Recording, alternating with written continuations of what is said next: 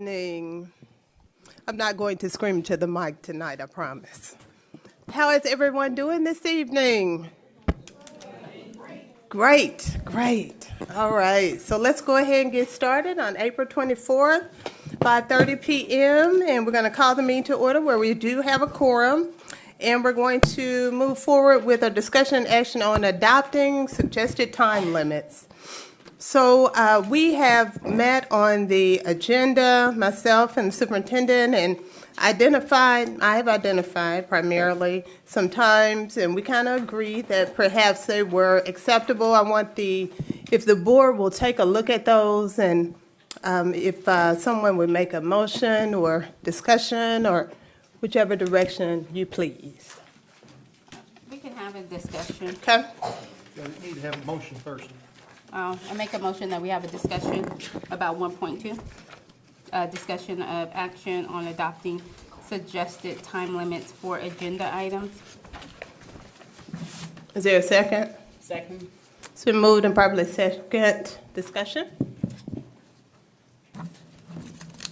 Okay, so we got off into it, I think, last meeting or the meeting before. I just want to be clear. So when we're talking about time limits, are we speaking about time limits on subject matter of presentations, or are we talking about capping school board members' voice in dialogue? So are we, I'm sorry, ask the question again. Okay. Are we? So with limiting our agenda items, Yes. is it for the presenters that are presenting to the board, or is it to cap the individual elected school members' Yes. time and voice? So initially, I think the thought was to do a little bit of both. However, upon assessing it, my thought is we want to cap the discussion. The particular time frames that we identified, primarily, like I said, myself, looked at those specifics around what the subject matter was. So, but it's a recommendation. Where is, I don't have a copy of it. Yeah, I was trying to find it. I can't vote on it unless I see it. You don't have a copy of. Of your suggestions, what we're gonna do. So they're on the agenda. They're on the agenda. Okay. Where? On each item. On each item. I think it's a link. It's on each item. On each item. Yes. So So under. Starting with 6.1. Starting with 6.1. So starting with 6.1, you have the spring interim results, 15 to 20 minutes on discussion is what is being proposed. So each one of them have a proposed or recommended time frame. point of information. So why are Yes. we doing it in 1.2 if it's not until further down into the agenda? So we were advised that that was the appropriate from our legal counsel. By who? By Mr. Heller. Advise. So what was the question to him for him to give advisement?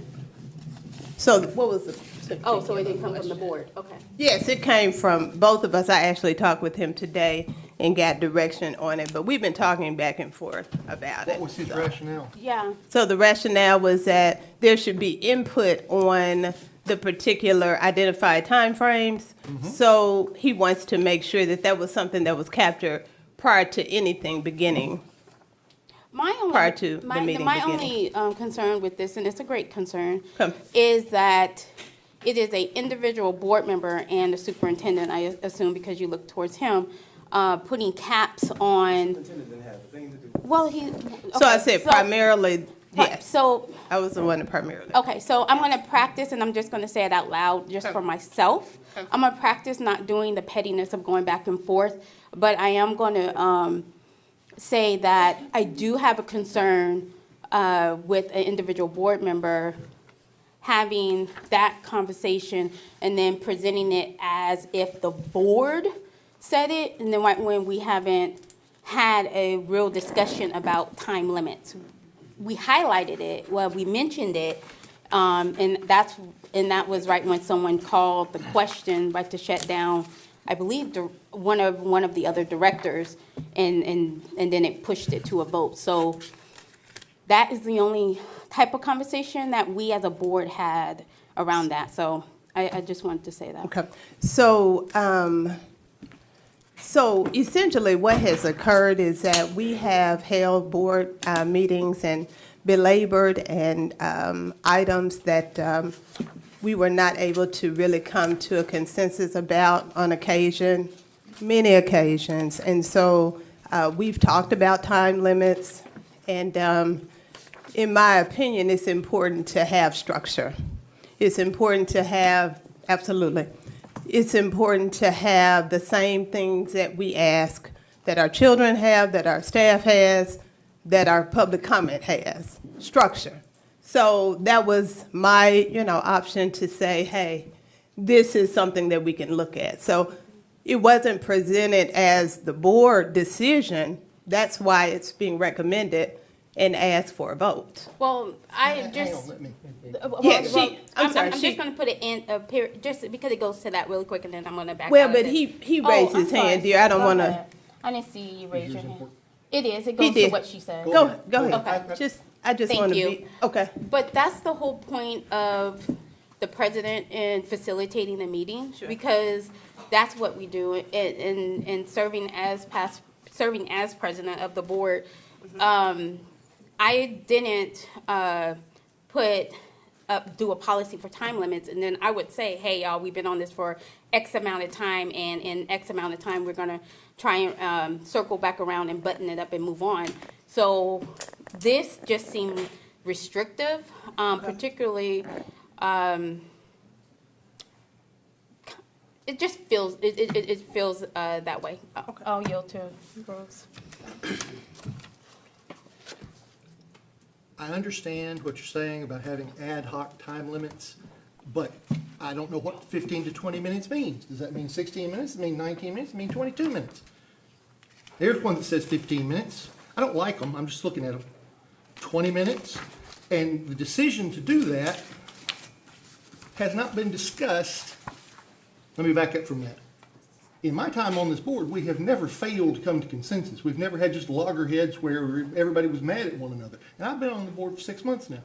And I've found it congenial, reasonably non-argumentative, and mostly non-repetitive. But we haven't walked away mad. Okay.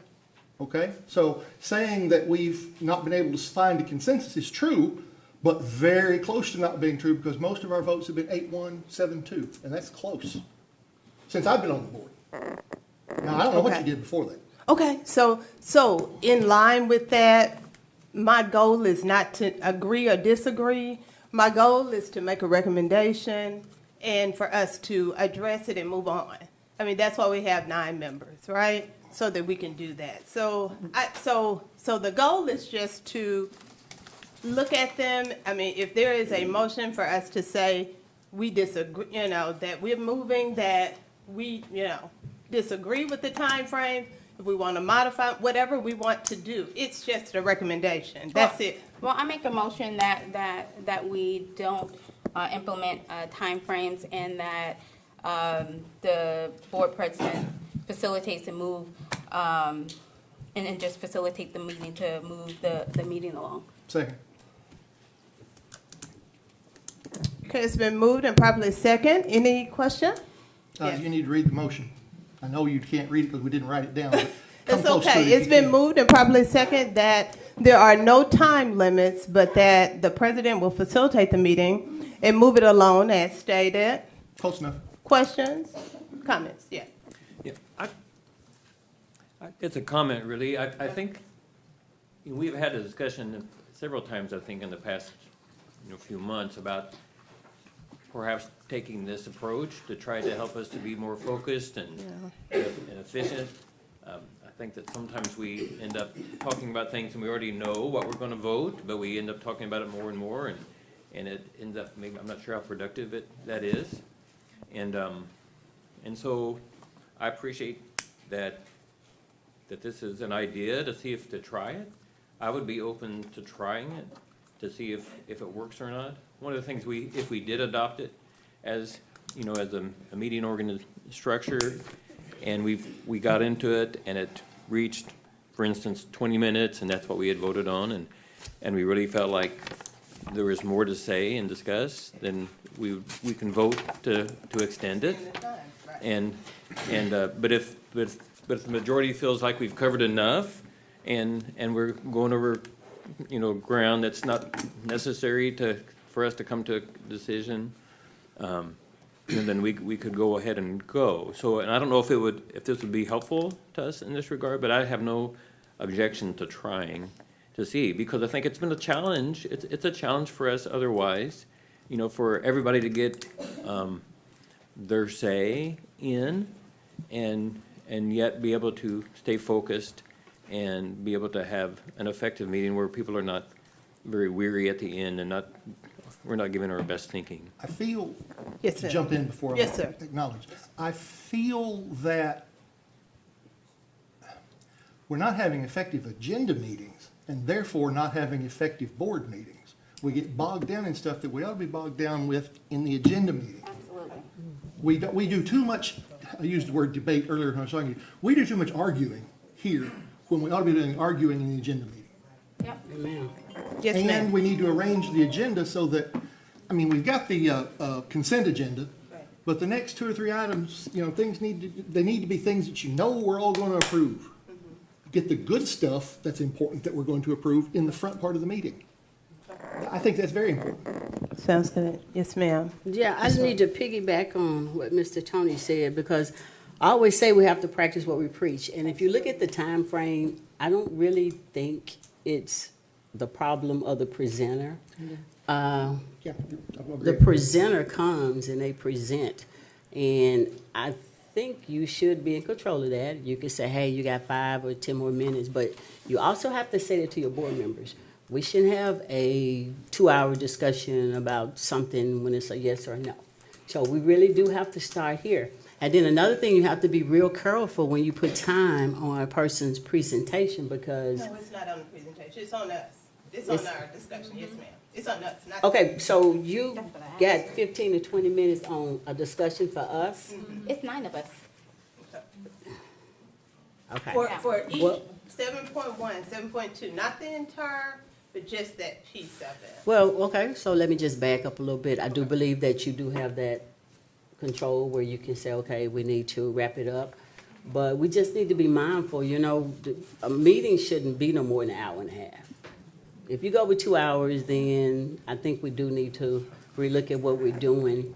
But I don't, I disagree with that part, but so I don't think that it's a thing where we have to come up with a policy or a new rule. Just say, hey, okay, we're not going to talk about it no more. This is the end of it. If you have any more questions, send them to the superintendent. And that's what we started at first, but it seems like we always fall a little bit to the wayside. Superintendent is available. Send your questions. Then if you have a problem, bring it to the board and we'll discuss it. But I just don't know. You just have to take control of it. You just do what you're supposed to do and you'll be okay. Okay. Director Hap? What I would, okay, so that was my question in the beginning. What was the time limit on?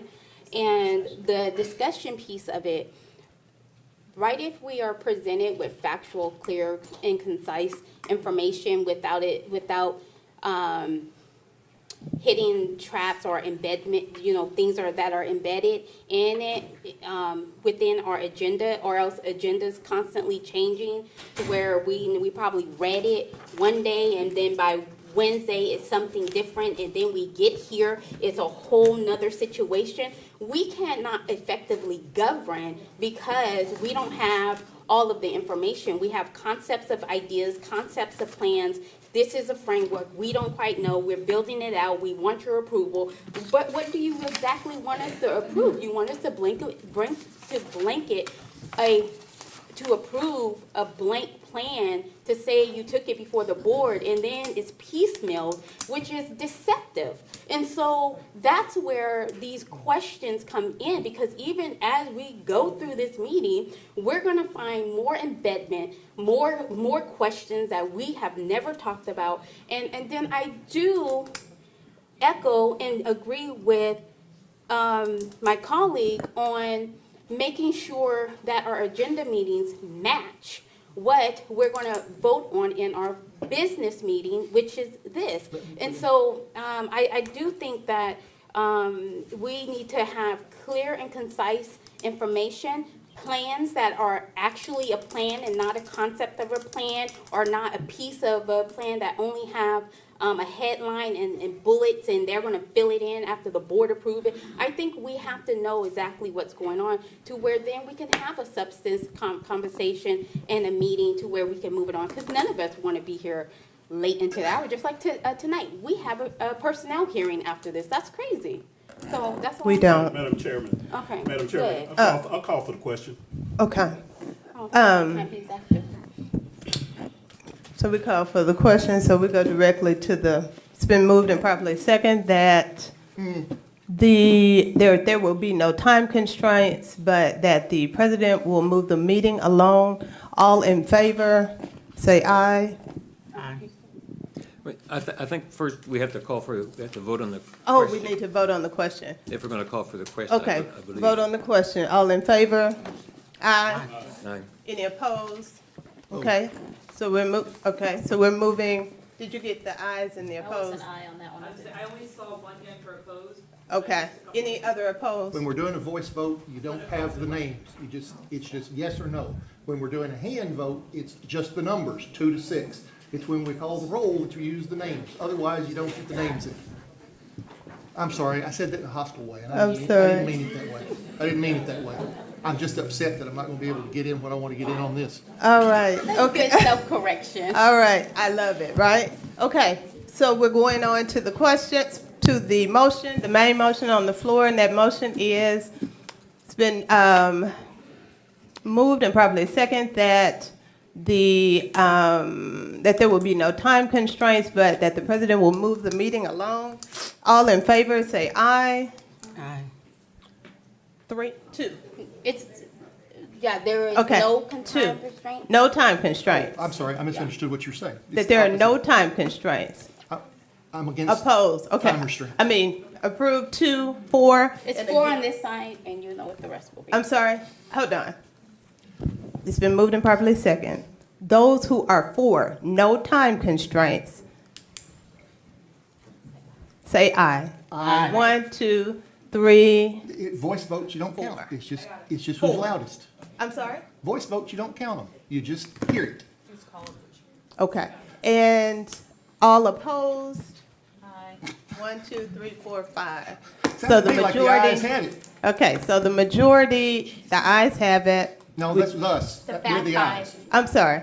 The nays have it, right. You The wanted- nays have it, the nays have it.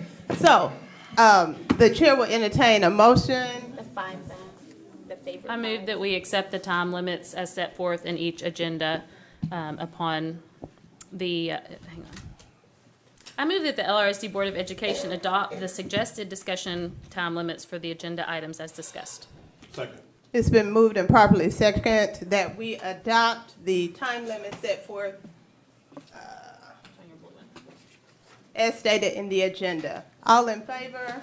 Aye. Aye. Any opposed? No, No. The ayes have it. The motion carries. Okay, so we'll move forward. All right, so district celebrations, 2.1 volunteers in public school. We're finally to you. I'm sorry, it took a moment. And I promise I will be a good steward of your time. Thank you. Because I have something exciting to celebrate with you tonight. As you know, my name is Tammy. My name is Excuse me. Tammy Blaylock, and I'm I'm the sorry, coordinator hold on. for volunteers in public schools. And so before, I have 4 wonderful partnerships to introduce tonight.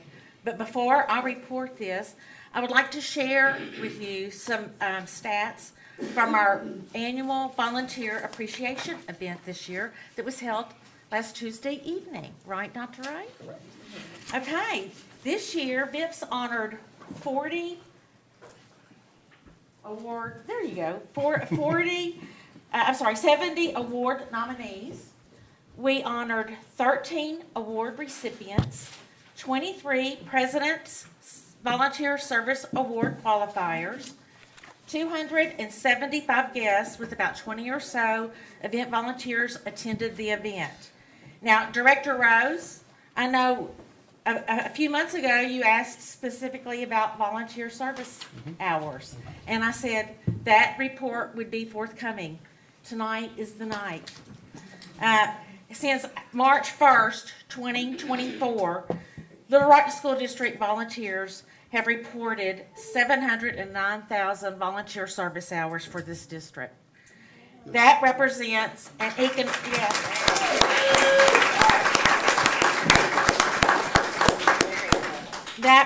that represents an economic impact for over $23 million towards our schools and our students. It would be short-sighted for us to ever question the value of our volunteers or their need for support and administrative guidance.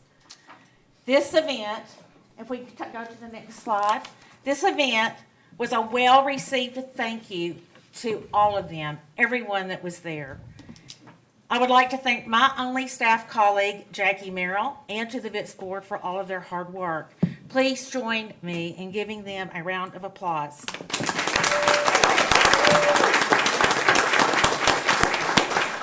So on to the task for the evening. Would any representatives from Prince Hall Grand Lodge and Hall West High come on up here and join me? Now, Dr. Wright, you know the protocol, and I think Dr. Strong. Not doctor. Director Strong, please join us, and y'all can stand right over here because Jack's going to take your photo while I speak, and then y'all can come to the microphone. Go ahead. We want to get this slide. I'm proud that Howard Delworth came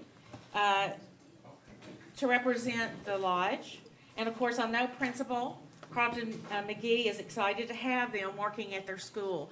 Next week they're going to host the ice cream social, correct? Y'all, now Dr. Wright, you need to help me remember I need to do this. See, I'm talking and I'm not giving people their stuff. This is yours for the school. I get distracted. It takes a village, folks. So now, Jack, you can take their picture with their certificates. Because we give them these beautiful certificates so we can tell them how much we appreciate them and how we love that they support our school. Now, Mr. Delworth is going to have to help me with this.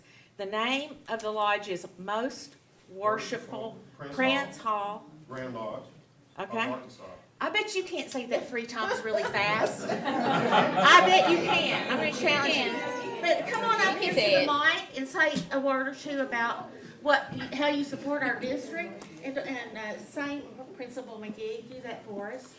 Good evening, everyone. Good evening. The Most Worshipful Prince Hall Grand Lodge of Arkansas is excited and most thankful to Principal McGee to allow us to come out to Hall and help with the ice cream social for the A and B honor roll students, and also for the Valentine's Day party for the special needs students of the district.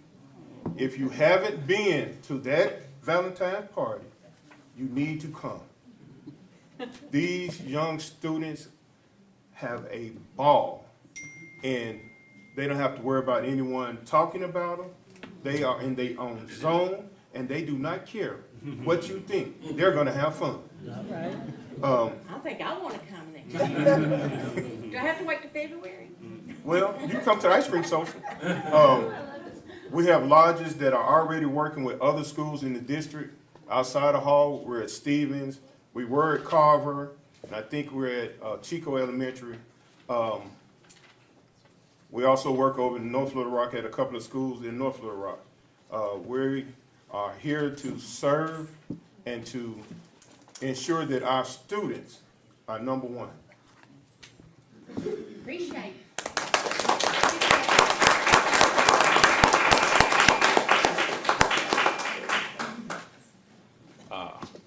Good evening or afternoon.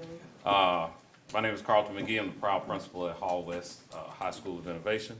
We're very glad to have the Prince Hall Grand Lodge, the 7th South District, as our partner. Like he said, they partner with us on the Valentine's Day dance that we have for our CBI students. Very, very happy with that. And also with the Ice Cream Social for our A&B Honor Roll.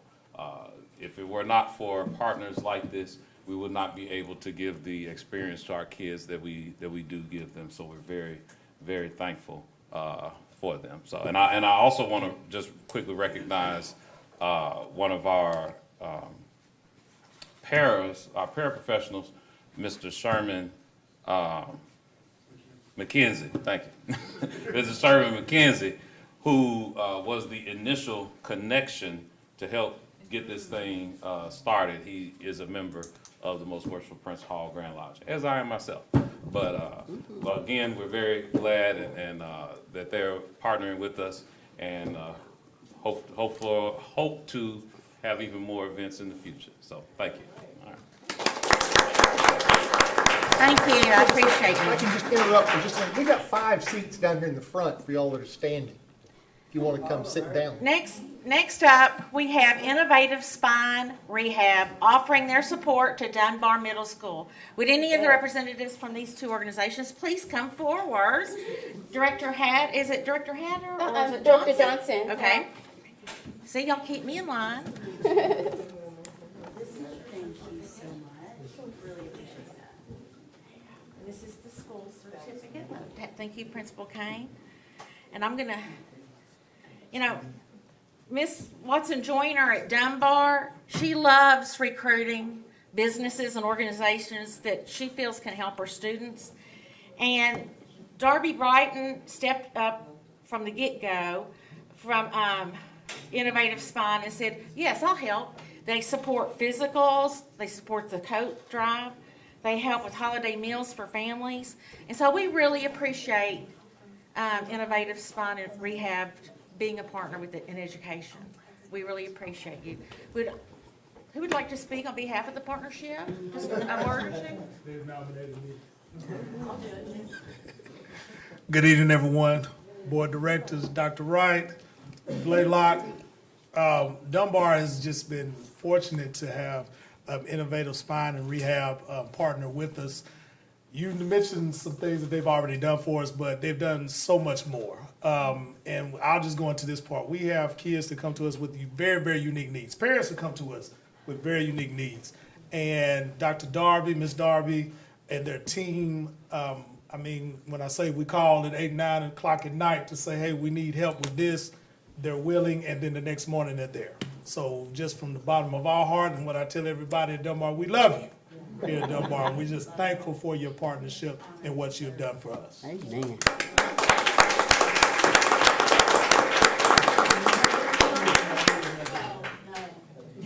I just want to say that we're just honored and humbled to serve the students and the staff, and you've got an incredible staff.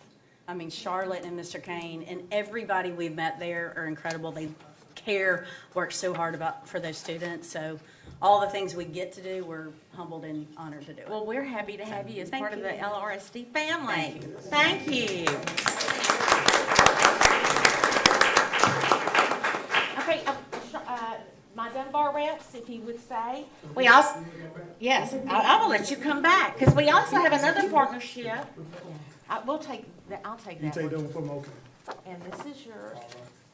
Our, my People's Keeper, do you know if Shonda was able to? But we'll take a photo and forward it to her. This is also a partnership at Dunbar. This is a young woman who has a nonprofit, and she wanted to do career readiness for the students and serve as a resource speaker. And you know, the great thing about it, when she came to the VIP's office to fill out her application, you know what Jackie Merrill did? She's convinced that woman to sign up for Arkansas Scholars. And y'all know that somebody like that would be a good presenter for Arkansas Scholars. So we're appreciative of my People's Keeper. So pass her frame on to her if you would for us. Thank you.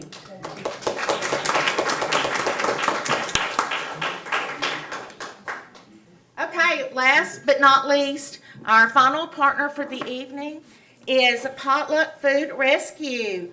And I know they're in the house tonight. Come on up here and join me. They are partnering with Parent and Family Engagement. Hi, Chris. You're good.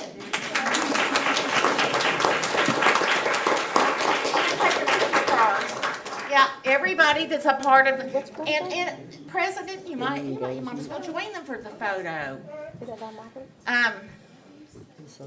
This is a really cool partnership. We've worked with Potluck before, but Potluck Food Rescue is the only organization in Arkansas that helps get food into the hands of the hungry when they're using surplus, things that restaurants or harvest farms have to donate. And I think it's a really great concept. And so Kay Rainey and her group said, let's jump on this and make some of their resources available at some of our parent events, which is fabulous. We thank you for that. And I know you would like to speak about it.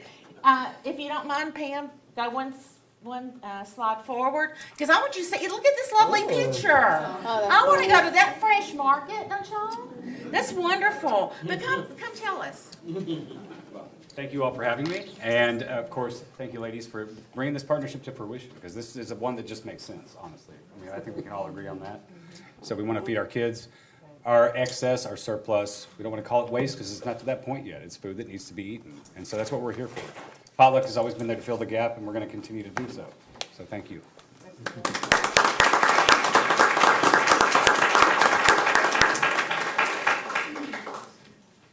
I'm on a cheat sheet here. Good evening, Superintendent Wright, LRC Board of Directors, and audience participants. I am so excited about this partnership. It just proves that we are collaborating with the community. We're providing learning at home activities for our parents and our students, and also parenting, which is part of our family model, school, family, and community partnerships. I want to thank Chris. He was on board for everything. This is our second one we did, and the parents just really enjoyed it. The students enjoyed picking fruit and vegetables to take home. So we're meeting that need. And second of all, I want to thank Katie Elliott for connecting us with Chris. She's a part of the Arkansas Local Food Network Association, so we do have that connection. And also our wonderful what are you called? What's your name? I'm sorry. Beatrice Varela. She's a counterpart of Parent and Family Engagement. She's wonderful with all our families. So we want to thank Tammy for allowing us to do this. We appreciate everything. This is where I started, you all. I started in VIPS. I won't say, but anyway. Just thank you all, and we appreciate this partnership. Thank you.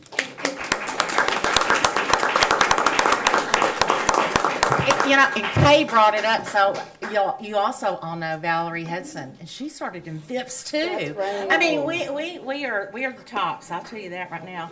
Anyway, I want to thank our partners in education again: Potluck Food Rescue, Innovative Spine Rehab, My People's Keeper, and most worshipful Prince Hall Masonic Grand Lodge. I always say most wonderful. But anyway, I'm sure they are wonderful. Thank you all.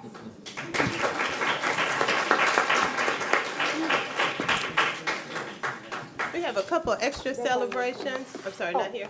No. Yes? Okay. State Representative Denise Ennett, here to present to LRSD Librarians, and Ms. Linda Neal, President of Arkansas Association of Instruction Media. No, not, yeah. No?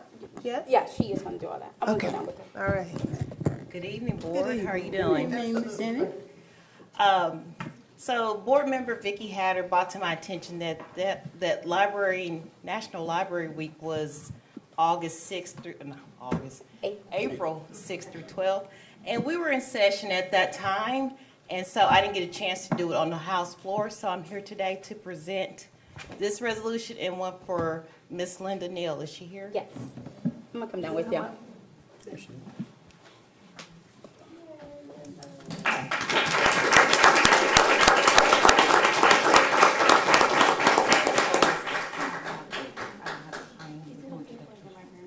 Yeah. Can all the librarians come up here, please?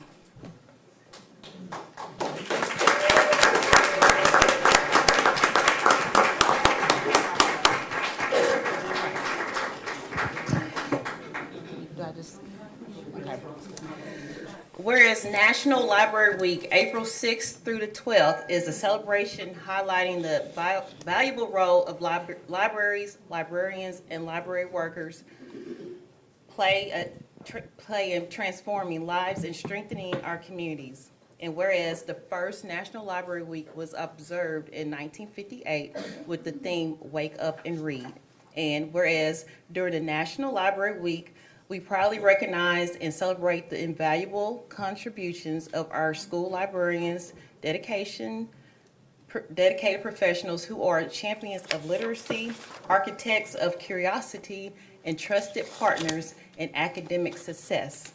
And whereas Arkansas school librarians play a pivotal role in advancing reading initiatives for students' excellence, Arkansas Goal 3, to build a culture of reading by strengthening instruction and increasing access to high-quality, diverse texts for all students.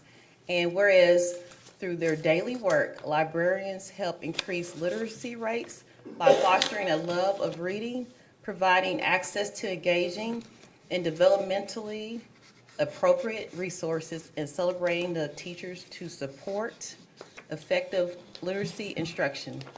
And whereas Arkansas librarians are leaders in creating inclusive library spaces that reflects the diverse voices of our students and communities. And whereas Arkansas librarians support early literacy rates, support early literacy, guide students in becoming independent readers, and empower learners to think critically and creatively.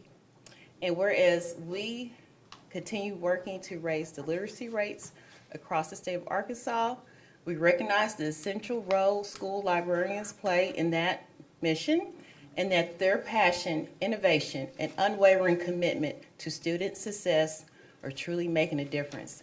And whereas school librarians' work matters, their leadership inspires, and their impact is felt in every classroom every day. Absolutely.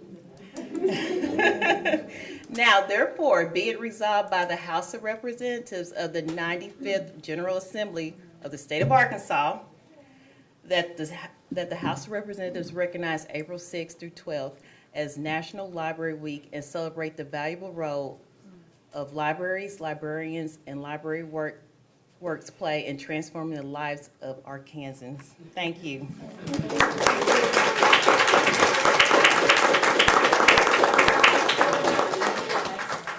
Okay, one more, and I'm done.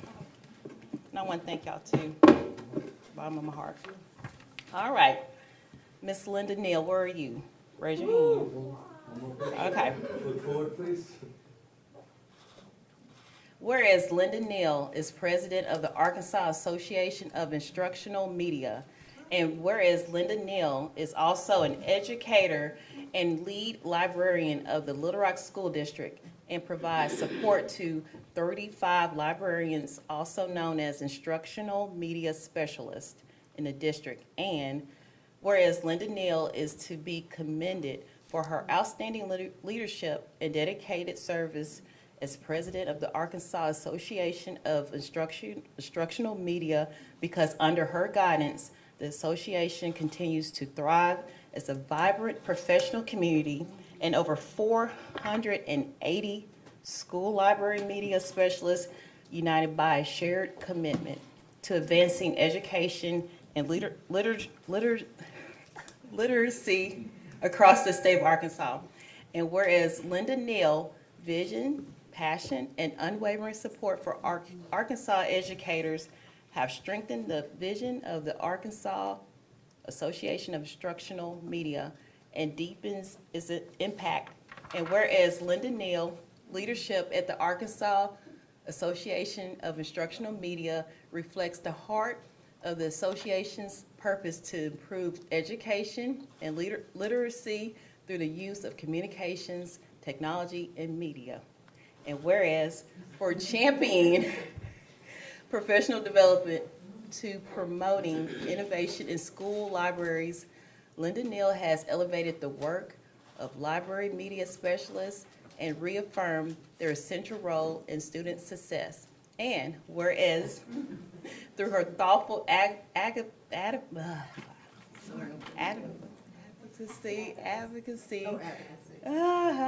It's on that reading. yes, You need some water. yes, collaborative spirit and tireless efforts, Linda Neal has inspired members to grow professionally, support each other, and advocate for the critical role libraries play in transforming schools and communities. Now, therefore, be it resolved by the House of Representatives of the 95th General Assembly of the State of Arkansas that the House of Representatives celebrate Linda Neal, President of the Arkansas Association of Instructional Media, extends its deepest gratitude to her for her her wonderful work and continued contributions to the future of the education of Arkansas. Be it further resolved that upon adoption of a copy of this resolution be presented to Linda Neal by the Chief Clerk of the House of Representatives.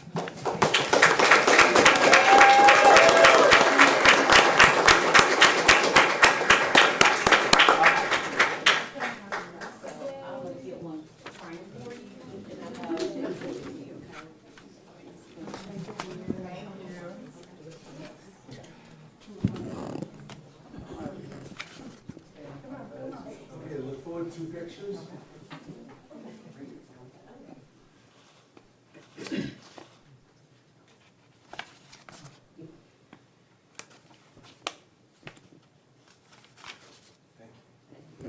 Thank you all so much. Thank you all so much. Thank you for what you do. Madam President, An additional celebration? Yes. Point of privilege. Absolutely, Director Mason. So we're going to continue with the theme of librarian reading. Would President Brenda Stallings and Deacon Gerald Canada come up, please? Director Calloway and myself are a member of the UAPB Pulaski County Alumni Chapter. The chapter has been doing the Reading Den. Go to the DS right there. The Reading Den is a signature community initiative of UAPB AMN Pulaski County Alumni Chapter created to foster a love of reading and improve literacy among elementary school students. Under the leadership of the Reading Den Chair, Gerald Canada, and President Brenda Stallings, the program brings alumni into third grade classrooms at Marion G. Lacey K-8 Academy to read engaging age-appropriate books and encourage academic success. This initiative is especially meaningful as the school is named in honor of Dr. Marion G. Lacey, an AMN UAPB graduate, along with her husband, Dr. J.J. Lacey, both of whom have left a lasting legacy in education. The Reading Den not only supports the literacy development, but also provides students with inspiring role models who embody the excellence and spirit of UAPB. This initiative also reflects our chapter's ongoing commitment to educational empowerment and community engagement. I want to thank them for doing the Reading Den at Mary G. Lacey Academy School. Thank you.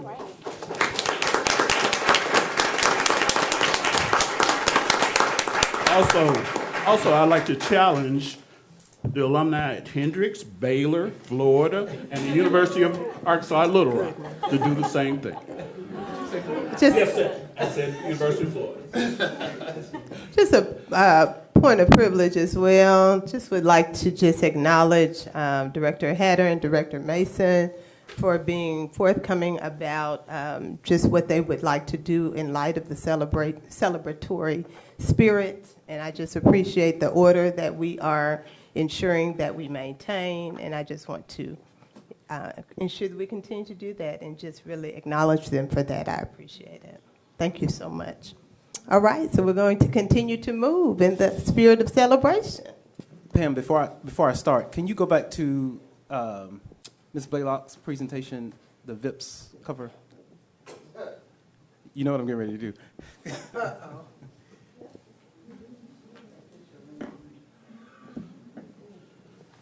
if you were not at the, if you can focus your attention to the top left. Yesterday, if you were not at the VIPS Awards, Teresa Knapp Gordon and I, not only did we take a picture together, we actually hugged and was smiling, and it was a very momentous occasion. I just wanted to acknowledge that. Thank you. I will do that. The Lord is still working miracles. All right, moving on with our celebrations for today. We wanted to give a shout out to Ms. Blaylock, but she is probably already. Oh, she's right there. Yeah. Yeah, I forgot you were sitting right there in the front. We want to thank you. We want to thank you for, as you already have taken your seat, we want to thank you for all that you and all of the VIPS volunteers and those who work with you did to make an incredible ceremony last night to honor all of the volunteers who work in our district. So thank you for all you do.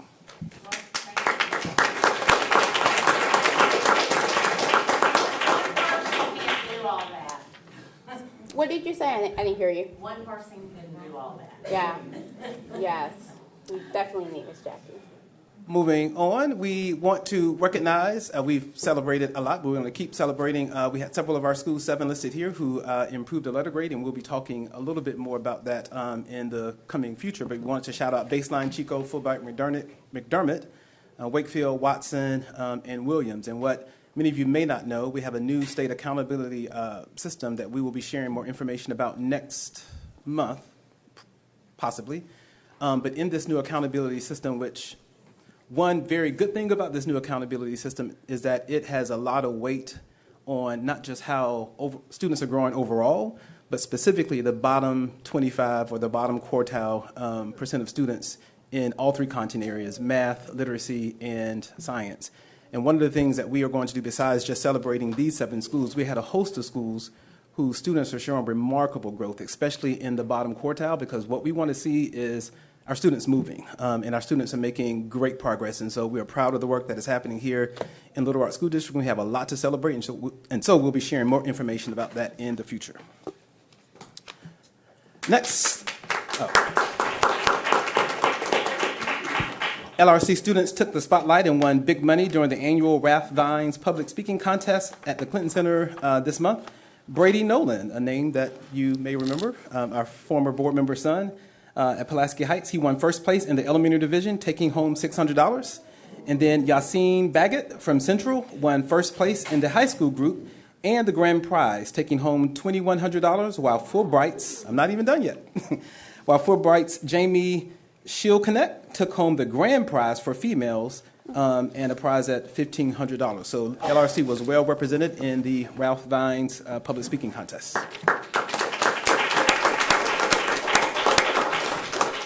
Very exciting. I've been seeing a lot of information about this on social media, but history was made at the Dr. Marion G. Lacey Academy. First year of the school's existence, the Lions roared to victory in a 2-1 championship showdown, clinching the title in their very first season. From the kickoff to the final whistle, these Lions played with pride. Let's give a cheer for the undefeated state champion soccer team from Marion G. Lacey.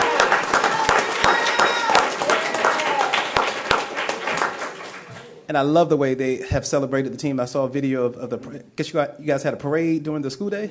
Yeah. Next up, we have Pinnacle View students JQ, Krish Karkera, Jasmine Khan, and Anay Pandit have been named National Junior Honor Society Outstanding Achievement Award recipients, earning national recognition for their commitment to scholarship, service, leadership, character, and citizenship. Way to go to these students. Pulaski Heights Middle School did the district proud at the Arkansas Middle Level FBLA State Championship Conference. All teams, not 1 or 2, but every single team placed in the top 10, with several teams and individuals heading to nationals. Additionally, 24 students have worked hard to earn LEAD Award certificates, and PHMS took home the honor of having the largest local chapter membership in the entire state. Congratulations to Pulaski Heights FBLA team.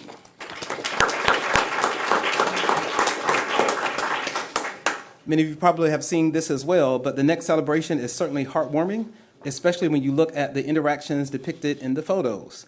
The men of Mableville Gentlemen's Club from Mableville Middle School recently paid a heartwarming visit to the Colonel Glenn Nursing and Rehab Center.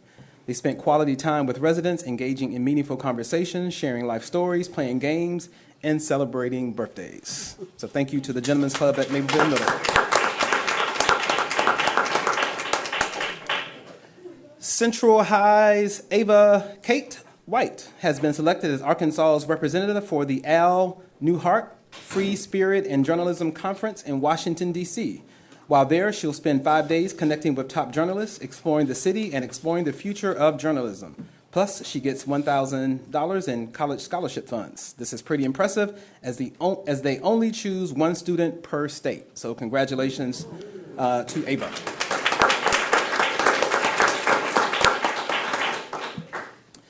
Central High's wrestling team continues to make history on the mat. Layla Jordan and Marquita Harper were named to the Arkansas Democrat-Gazette's AR Preps wrestling team, honoring the top talent across the state. Layla Jordan was also voted Female Wrestler of the Year, and their coach, Aaron Butler, was named Arkansas Girls Wrestling Coach of the Year.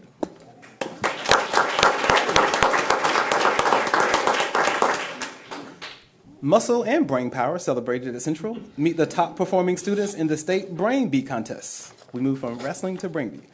Sohan J. Appa. Sound it out. Miss Bruga Bunda and Maggie Quinn earned first, second, and third place. Sohan, who will now represent Arkansas at the USA Brain Bee Championship next month. Congrats to the students, and Sohan, we are rooting for all of you.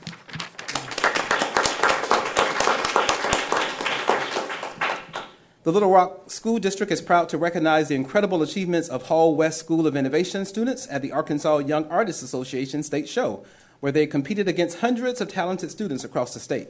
Community members are invited to view these award-winning works at the Hall West Spring Art Show that is coming up on May 1st. So congratulations to these students from Hall West. A huge congratulations to the Little Rock Southwest High School Smooth Groove Jazz Ensemble for earning superior ratings at the Arkansas Jazz Education State Jazz Festival at UCA.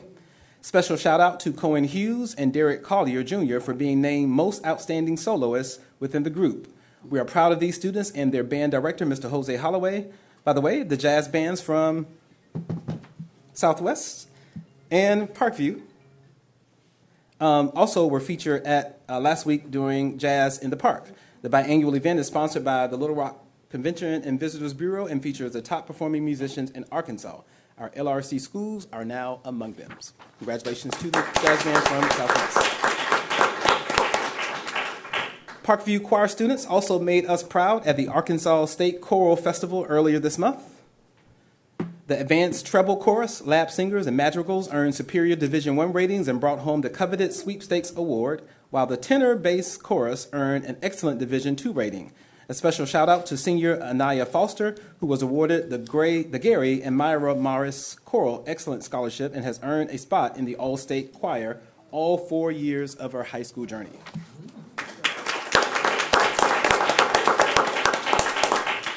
All right, the next two slides will feature LRC students who made waves at this year's Jolt Cyber Challenge hosted by Venture Center. Representing Metro and Pinnacle View, our students had an impressive showing among a field of 100 professional and college competitors. Central High's David Ricker, Grayson Johnson, Tyler Ford, and Alizane Lalani held their own in the Physical Escape Room Challenge, earning an honorable mention. Anae Pandit, an 8th grader from Pinnacle View Middle School, was named most likely to fulfill the CEO's vision. And I think we're already on the next slide. So congratulations to those students from Metro and Pinnacle View. A few more to go. The Arkansas Martin Luther King Jr. Commission recognized outstanding LRC educators and support staff this last week at the State Board of Education meeting. The commission received nominations from across the community and selected the most nominated individuals for this special recognition.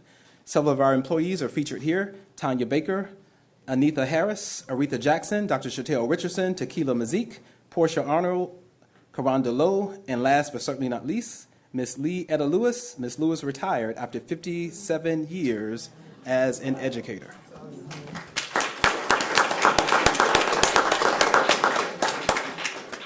All right, Gibbs Principal, Ms. Tina Greenwood, officially graduated and completed Phase 3 of the Master Principal Program through the Arkansas Leadership Academy, a prestigious 3-year journey of leadership growth, reflection, and impact. Pictured next to her is Dr. Lolita Hayes of Pinnacle View Middle School, who recently earned her doctorate with distinction from Liberty University. Since joining LRSD, Dr. Hayes has earned multiple degrees. Congratulations to both of these educators for leading by example as lifelong learners.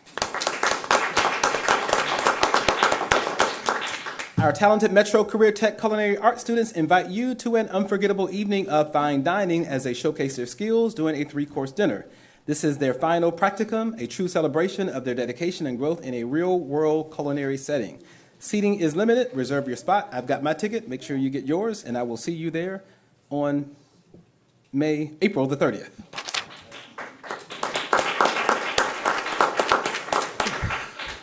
Speaking of meals, we are so grateful. We want to say thank you to Sierra Calicut and her organization, Unite to Fight Poverty. She generously donated $1,000 to help eliminate unpaid student meal debt in the Little Rock School District, dropping off the check at Child Nutrition last week. We are grateful to Sierra and partners like her who not only see a need but work to fill it. If Sierra looks familiar, it might be because she looks just like her mother who works at Parkview.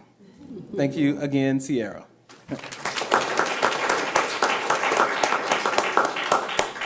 And we don't want to end this month without honoring and publicly thanking our school bus drivers, administrative professionals, media specialists, assistant principals. Each April, they are recognized nationally with their own day or week, and we know they are certainly deserving. So thank you again.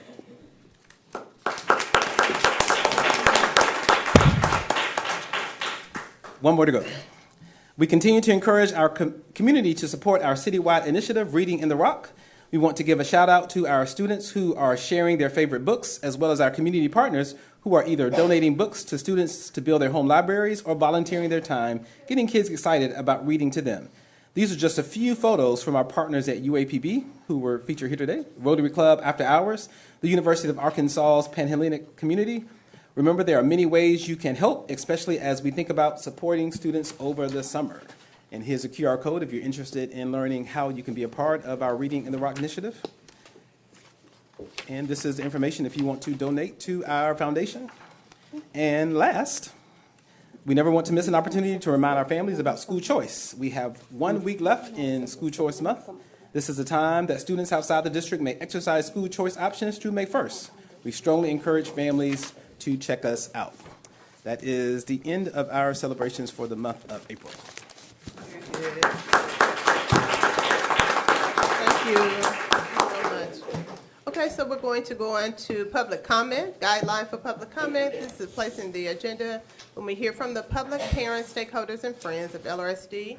We'd like to hear public comment regarding LRSD issues. We allow 3 minutes for public comment. Our responsibility is to listen to your comment, not allowed to respond or have discussion. So we're going to go ahead and move forward.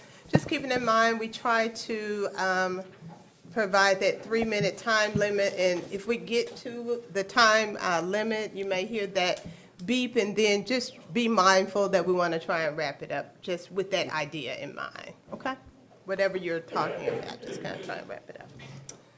All right, so if I don't call your name, please let me know, because this may be a little confusing. Some people checked yes, some people checked nothing. So I'm going to try to just go with my yeses. So if I overlook you, please just let me know. Okay? That's not my intent. All right? Okay. Thank you, sir. We have a few sheets, so let's just bear with me. Okay, so Baker Curris. Curris, yes, ma'am.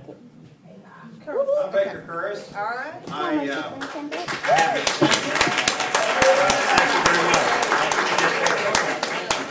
I had the privilege of serving on this school board for 12 years, and I sincerely appreciate your service. And Mr. Superintendent, I had the privilege of serving as superintendent for 14 months until I went to bat for the school district and got fired. And I make it a point not to speak publicly about your business because I trust you, and I don't want to have influence with respect to much of what you do. this will be the second time in 9 years I've been before you to talk about school district business, because I think this is critically important, and that's why I'm here. I understand that you have a plan right now to cut one of the positions from VIPS. We've talked a lot about VIPS tonight. Cut that 50%. There are only 2 people there now. That'd be a 50% cut in a program that we all acknowledge tonight even to be of great importance. And I know you've got budget problems. I dealt with those when I was here. I want to try to make this real in the sense that I want to put this in the context of your budget, what you're doing presently, and then how VIPS fits in. I know you've got a $15 million magnet grant. I know it's very important, and I know you're making big changes in certain schools that for years have been very prominent and effective schools, Dunbar, Carver, Washington. Those schools are good schools. They've always been good schools. They were hard schools to get into, but they became less popular for lots of different reasons. And if you want to read about what I think about some of the things the state's been doing, please look at Arkansas Times. I've written extensively about that. Those are good schools, and adding programs to those schools will make a difference. There's no question about that. I applaud you for doing that. But that won't make the difference. You can put all the magnet programs over there you want to, and it won't make any difference in the long run. And the reason it won't is because teachers are important. Administrators are very important. But the most important people in our business are the students and the parents, period. And those are the people that make the difference. They're the ones that recruit people into schools. Administrators, student assignment offices, they do great work, and so do you. But the people that make the difference are the parents, and the people that recruit the parents, and the people that celebrate the parents, and the people that organize the parents, and the people that organize the businesses, and get people to believe in our school district, because that's who put their kids in our school district. That's why my kids were in the school district. So I ask you to really think twice before you take a big cut in the one program that faces forward, that organizes these people, organizes these businesses, makes our school district real for parents. So when I go in with another parent to tour a school, I get the feeling that that parent believes in that district, that parent believes in that school, and that parent will make a difference in enrolling their children and bring others in. It works that way. We know it does. So I ask you earnestly to deeply consider whether that's the right move, especially when you're trying to recruit new people into our district, because if we don't grow, we're basically engaging in funeral prearrangement. Yes, sir. Thank you.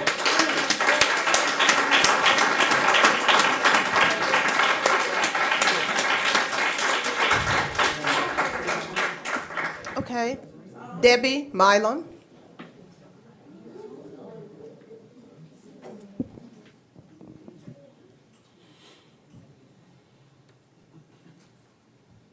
Board members, Dr. Wright, thank you for allowing me to address you this evening. And I'd also like to thank you for your service, because I know you're volunteering as well. I'm Debbie Milam. I retired from the district in 2018 after working in the VIPS department for 28 years. I know I don't have to tell you how important community support is and involvement is to the district. We can't have a public school district without the public. Our district has a long tradition of welcoming and supporting community involvement through the support of the VIPS program. VIPS has been active in the Little Rock School District for 53 years. 53 years, since 1972. Countless students' lives have been changed by the involvement of tutors, mentors, classroom speakers, readers, job shadowing volunteers, and field trip host volunteers. We want that enrichment for our city's children to continue. VIPS has been identified by national consultants in the past as one of the shining lights in our district. That kind of outstanding program does not just happen by accident. It takes VIPS staff working with school staff and the volunteers to achieve it. VIPS has just 2 paid staff members coordinating all these efforts. Tonight's agenda proposes cutting the VIPS staff to 1 person. 1 person to provide support to all schools, all volunteers. I respectfully ask you to reject that proposal and maintain the current VIPS staff of 2 people. Let's continue our current support of the volunteers who served over 700,000 hours in our schools last year. And in closing, I'd like to recognize the volunteers who came out tonight in support of the VIPS program. I think there are quite a few out in the audience. Y'all will wave or something. Thank you. Thank you. I omitted a name because there was no indication whether you'd like to speak or not, but I just want to make sure. Mr. Gerald, I'm not sure. No, he said No? Okay. Okay. All right. Very good. All right. So, Brian Murrell, maybe? Is that? Okay.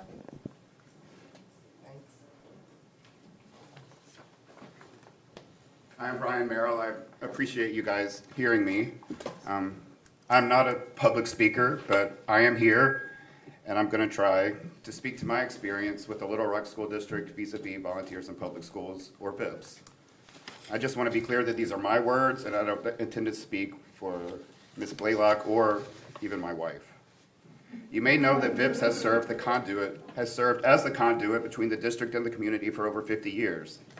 During that time, they have trained and vetted members of our community, countless numbers of members of our community who care enough about our schools to volunteer inside them. They also facilitate and organize major events every year, like Jane Mendel Reading Day, which puts a reader from the community in every elementary classroom to read a book to students that one special day. Just briefly, why do I care about VIPS? Well, I was a teacher at Henderson Middle School for the last 3 years of that school's existence. I left that experience with a profound appreciation of what teachers do, and also that it takes a certain level of parental and community involvement for a school to be successful. Otherwise, a feeling of isolation and alienation creeps in, and the school feels like a silo set apart from the greater community, not a positive learning environment. We need screened and vetted people from the community inside our schools interacting with our students. I also care because my wife, Jackie Merrill, has been one of the 2 employees maintaining VIPS for the past 7 years. In that time, I've had a front row seat to witness all of the amazing things these 2 people accomplish daily. Whether it's supporting a new mentoring group through each and every step of their first year so they could fly on their own during their second, or whether it's matching an eager volunteer tutor with a teacher whose student is falling behind and then joining on their Zoom tutor sessions for support. Or maybe it's connecting a community organization to the right principal at the right school so that everyone can have success. They have inspired me over the years to want to stay involved. Especially for people with no children of our own, my wife and I's interest in the district and its students runs deep. So that's why I was very disheartened to learn yesterday that my wife's position is being eliminated from VIPS for the 25-26 school year, leaving one position to carry the weight of an office that does so many things that are essential for a community-oriented school district. On a side note, yesterday also happened to be the day after a celebration and award ceremony, an evening for the stars, which we saw some of earlier, in which VIPS recognizes and honors the district's volunteers and the many hours they have given in service to our students and teachers. The monetary value of the volunteers' hours worked this year was north of $23 million.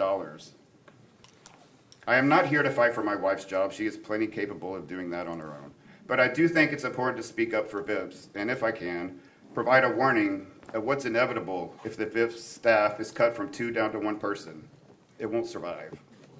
There's not a world where 1 person can manage, screen, and vet a database of over 8,500 volunteers, 246 partners in education to work with children. It's inconceivable that 1 person can organize a facilitated event like the aforementioned Jane Mendel Reading Day, which in my opinion has done more to promote literacy than any program the district has invested in for the cost of exactly nothing. I'm not trying to be hyperbolic when I say cutting the VIP staff down to 1 person cripples it to extinction. So I'm here to ask you to consider the impact of this one seemingly small contract decision. By allowing the non-renewal of, in this case, my wife, Jackie Merrill's contract, you are collapsing the Volunteers in Public Schools Department and their long-established connection to the local community. I can't help but feel like those who made this decision have little idea what VIPS actually does. If that is the issue, I hope I and the others here will have enlightened you in some small way. Thank you all very much. Thank you.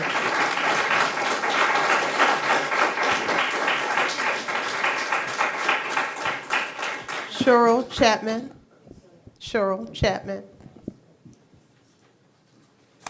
Thank you, Dr. Wright and board members. It's an honor to be here. My name is Cheryl Chapman. I'm the former founding director of Children International, which is at UALR. It's been around for 31 years. Partnership was established between UALR and Children International 31 years ago. So we have a long history. Now, I'm no longer with them. I've retired, but I'm still a volunteer in the schools. The VIPS program and the elimination of one person is going to make a huge difference. You heard tonight it takes a village. These partners are part of that village. If without this academic support, without tutors, without dental services, without health services, students would not be as successful as they are. I really believe that, and I think you do too. So what has Children International over the years contributed?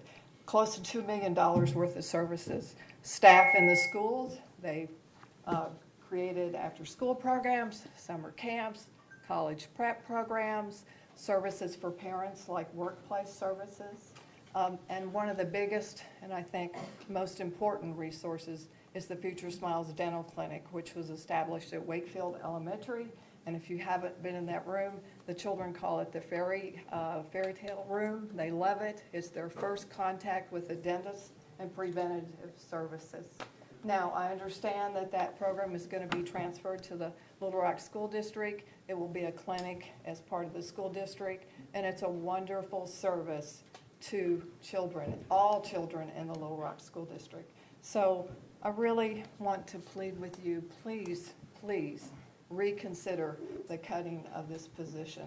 This position, the salary of this position is not anywhere close to the resources, the contributions, and the passion which all of these partners contribute and believe in the Little Rock School District.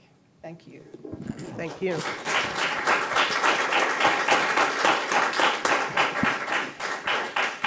Ms. Gabby Fair.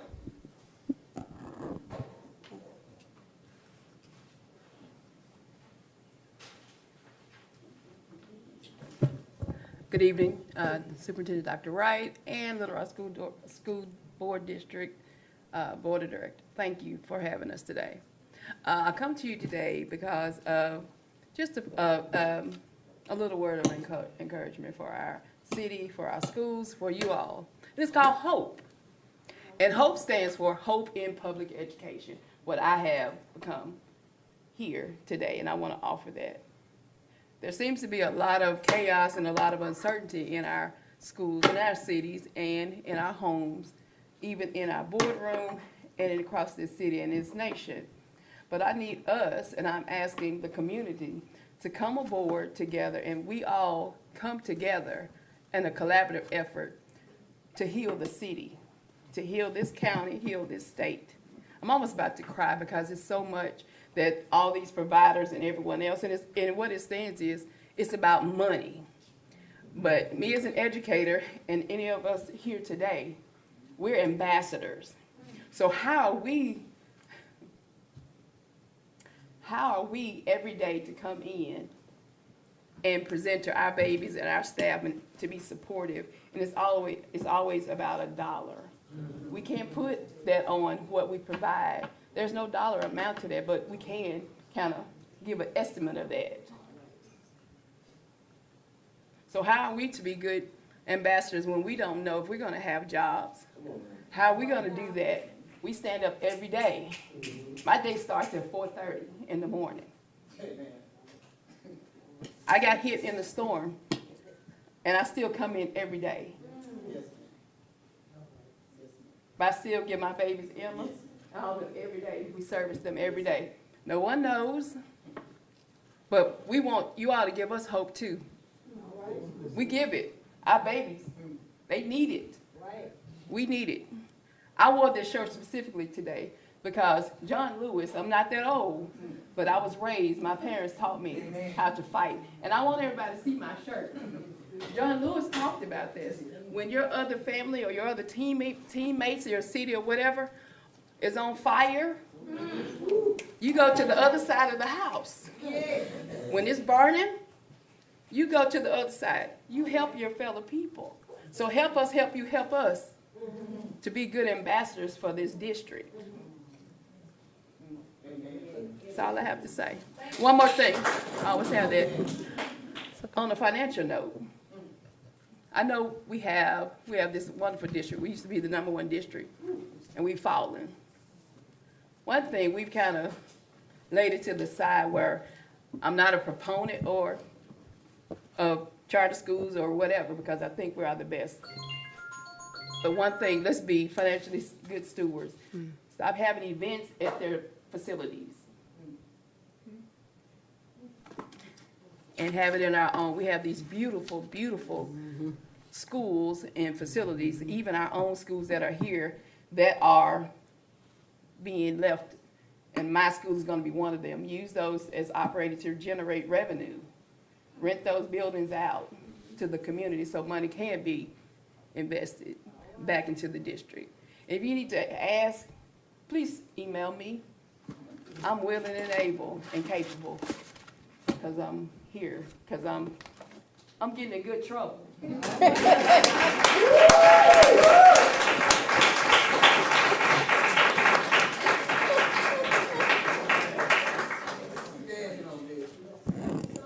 All right, Miss Rita, what's that last name, guys? Qualls. Okay. My name is Rita Pauls, and I want to thank y'all for allowing me to speak. Absolutely. Dr. Wright, when you first came to Little Rock School District, you came to the VIPS board meeting. You looked around at all of the partners that were sitting at the table that had volunteers, and you said, I have never been in a school district that has so many community partners that do work, not just come and sit, but actually do work. That's what you told us that first day. The VIPS board is a working board. We do not just come and sit and meet. We do all this stuff that the volunteers, we are the ones that help get them people together. Jackie and Tammy are the only 2 paid staff. I come to the VIPS board every single Monday, and I do the menial work so they can do the VIPS board work. If you cut VIPS, you are going to cut Jane Mendel. Everyone in the school knows you have 750 classrooms we go in and we read to. You are going to cut Arkansas scholars. We go to every 8th grade English or history class and tell them, you're getting ready to go to high school.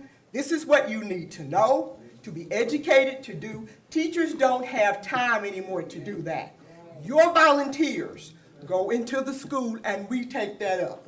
Every teacher here can tell you there are many things they want to do with their classes, but they have to do the curriculum of the state. Your volunteers go in and we read, we tutor, we mentor, we have the partners, 251 now that we've got 4 more, 5 more, that go in the schools, and we do the work the teachers don't have time to do. That $23 million we talked about is, if you paid us, we wouldn't have school district, because we would take up all 23 million of your dollars that we send to you. VIPS also raises money so that they don't have to use the school budget to help new teachers get supplies that the school, they come out of their pockets with those supply money. We try to give them some supplies and things they will need to have to go into their classrooms. We provide that through donations from our sponsors that can no longer volunteer, but they bring in voluntary through money. We send that money right back out. We send it to the school districts. You want your students to be able to be at 3rd grade reading level by the time they're at 3rd grade. Your volunteers go in and do the reading programs they don't have. Schools used to have little reading corners where those that could go and get help. We don't have that anymore because they have to do the curriculum. Your volunteers are the backbone of your teachers. We help them help your children. I am not a parent in the school district. I have never had any children in the school district. I came back to Little Rock in '80. I was not born here. I was born in Chicago. My mom was an educator, so I know what they do. I came back, and the first thing I did was I joined the VIPS because I wanted to give back and give to the kids that are not mine, but like Gabby said, they are mine because I believe in Little Rock School District. I believe in your volunteers, your PTA. All of those are volunteer organizations. If you cut those, and Tammy is the only one sitting there, she cannot vet 500 new volunteers a year. She cannot do the reading for 850,000 volunteers in the schools. So I ask you to please take that in consideration because if you lose your volunteers, you are going to lose your school district.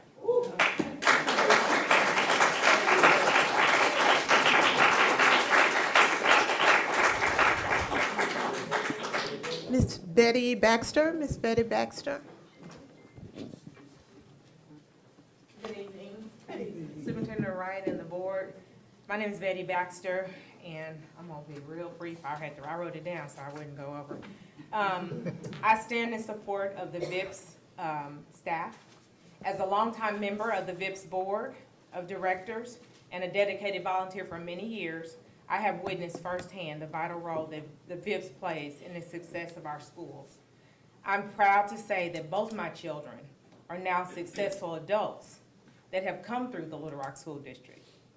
My continued involvement is not driven by a personal obligation.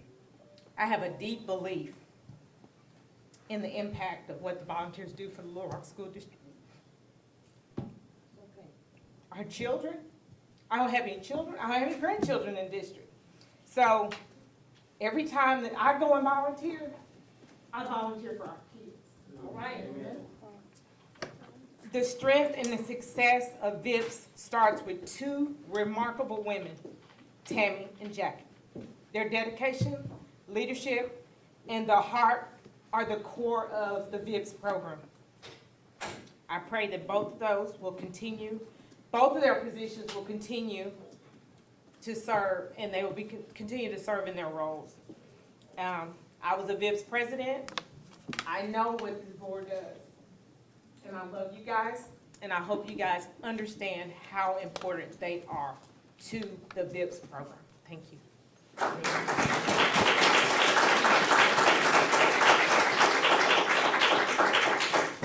Miss Dion Dantzler. Okay. Thank you, dear. Okay, Miss Dion. How you doing?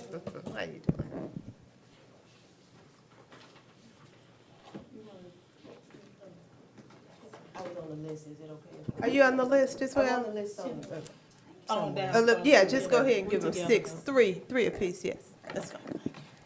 Okay. Good evening, board. My name is Jade Forte. I'm sorry. I'm here on behalf of the Home Team Youth Center.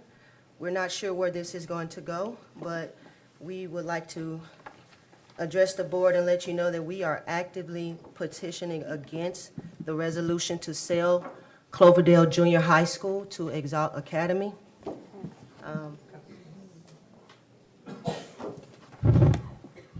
We would like to propose a counter offer. And I'll let her. Okay, how y'all doing today? My name is Dion Dantzler. I am with an organization called the Home Team Youth Center. I started in 1992. I lost my sister to gang violence. And ever since, I've been working with the youth. My program deals with performing arts. I have sent out thousands of letters to schools, pastors. I've been working with the school, not the school district, but the city of Little Rock with Mayor Frank Scott. I'm sorry, I'm just a little nervous. Not really a speaker, but I have advocated. I've done everything I can think of to try and get the city and the school district. My program, I'm not bragging, but it is a good program. I do everything from, we're working like community building. We do everything from, it's so much. We do all the arts, music, culinary, photography, videography. We do some of everything. We also teach proper etiquette. My sister and myself are hairdressers, so we teach the girls cosmetology. I have partners that I partner with, like Arlo Washington and People Trust Bank is a good friend of mine. Also barber and banking. Everything, we do so much. It's too much to say in one setting, but we have been begging for years to get help with that. We wanted to funnel some of our programs through the school district. We've talked to several people. We never get a call back. We've sent out so many emails, and I just don't know what else to do. I was trying to see if I could maybe like get a meeting to really go more into detail. We've been around. We have partnered with the city of Little Rock. Some of our board members, Derek Rainey, I know y'all know Derek Rainey, that's one of our board members. My daughter, Shaquina McDowell, she works for, she's assistant city clerk. We have a lot more partners, Benny Johnson, but we work on doing stopping the violence. That's our main focus, stopping the violence, and I know y'all know what happened a couple of weeks ago. And I know we push for time, and y'all fair people have been here with us quite a bit. I don't want to take up too much time because the young kids say you can save a lot of your time if you have the receipts. Can I show the receipts? Go. I like that. You can save a lot of your time. If you guys will bear with me and truly know that I'm very humble and grateful for what I have accomplished, but I must share with you guys a few things. First, I'll share with you the Cloverdale Elementary School 2005 graduation ceremony, where my name is listed as the salutatorian of the 5th grade class. I'll show you the Cloverdale Magnet Middle School 2007 athletic picnic, where I was also honored as a girls basketball and volleyball captain. I'll show you the junior ROTC program, where I was also a captain of the junior ROTC program right here. I'll show you where Superintendent Frederick Fields recognized me as the captain of the junior ROTC program at Cloverdale Magnet Middle School.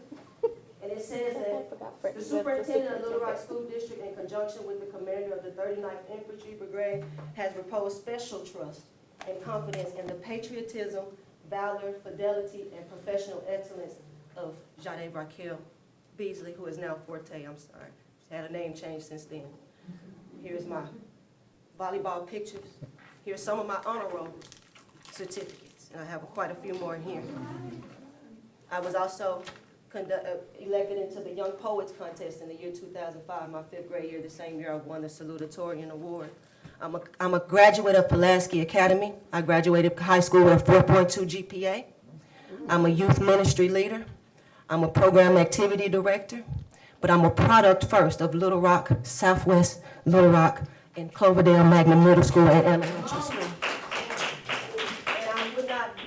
I would not be who I am without the family who produced this spirit of excellence within me, which is the same family who was behind this program that we are trying to put into this community. We are not in competition with a school or a program. We want to be in partnership. Our initiative is to benefit all of the partners that you guys currently work with. And I know we're out of time, but if you guys give us a little bit more, we can show you everything that we have planned for your children. That's all we have. thank you so much.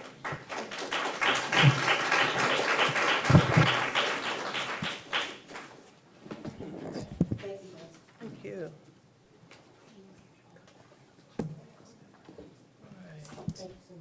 All right, Miss Morgan, Latoya Morgan. Got you, Latoya.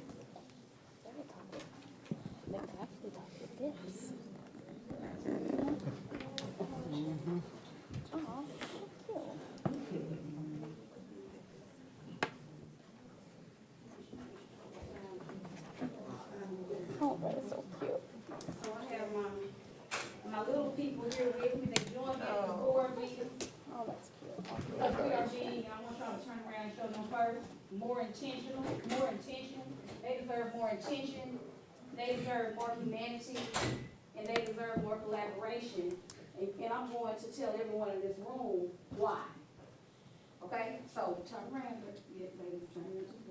Okay, turn around. And she's not even in this district. She was still real better. But she loved Miss Moore. All right. So I want to first say I'm going to introduce my special guest here, Miss Emma Cotner, first grader. I call her OG, but Olivia Grace. OG, what grade? Okay. First grader. I got my Mari Brooks. Second grader. This is her big sister, Vanna Brooks, and she's a fourth grader. And for those that don't know me, but everyone up here knows me, I'm LaToya Morgan, and I'm going to begin now, if you don't mind. Contrary to what some may believe, I am not merely a librarian. I'm an educator, I'm an advocate, an aunt, daughter, sister, friend, and above all, change agent. I believe in the power of education to transform lives, and I do not shy away from getting into what the late John Lewis called good trouble. All right now. According to the Sage Journal, over 90% of students with complex support needs are placed in self-contained classrooms, often without positive outcomes. Parents trust that these classrooms will provide specialized, intensive, and individualized instruction. Yet, what I have seen and raised concerns about repeatedly to this board and district administration tells a very different story. Sadly, those concerns continue to fall on deaf ears. Because if they weren't, this room will be full every time we have a board meeting, and it's not. The low expectations that persist in many of these classrooms are unacceptable, and that is across our district. The practice of placing warm bodies into these rooms with little to no training is not only ineffective, it is harmful. Over the past 2 years, I have witnessed firsthand how this approach fails our students. Students with disabilities have been removed from schools, not through proper channels, but to fulfill the needs of other campuses, often with no regard for their IEPs or educational continuity. These self-contained classrooms are not functioning as the safe, supportive environments our students deserve. They are often overlooked until a crisis arises, until 911 is called. And this happened several times at my school this school year alone. I have seen students mistreating each other without intervention, fighting, and nothing is said after you fight. Just keep going. I have seen students left alone, asleep in classrooms, or wandering into traffic. Last week, I chased a child out the parking lot. When I found her, she was sitting on the porch of someone's house, unattended, without an assigned staff member in sight. I was on my way to duty. I just happened to see her running. The normalization of disrespectful or unsafe behavior sends a dangerous message not only to the students involved, but to their peers and the staff who serve them. Where's the rich, meaningful curriculum designed to help students learn self-control, build academic competence, and acquire life-enhancing skills? Too often, I fear instruction is reduced to worksheets and seat work, lacking the inquiry-based and cooperative learning opportunities that research supports. We cannot afford to ignore these issues. Our students deserve more intention, more collaboration, and more humanity. I urge this board to take a deeper, more honest look at what is happening in our self-contained classrooms and to use Angelica Carter. Allow her to help you and help our kids because she is the expert that is not being utilized properly. I will continue to speak up, even if it means stirring discomfort. I don't care. Because I believe our students, not just the ones that stand in front of me, not just the ones that attend my school, but every single student in this state deserves the opportunity to learn. and we deserve the opportunity to be heard and feel valued. Thank you. Thank you.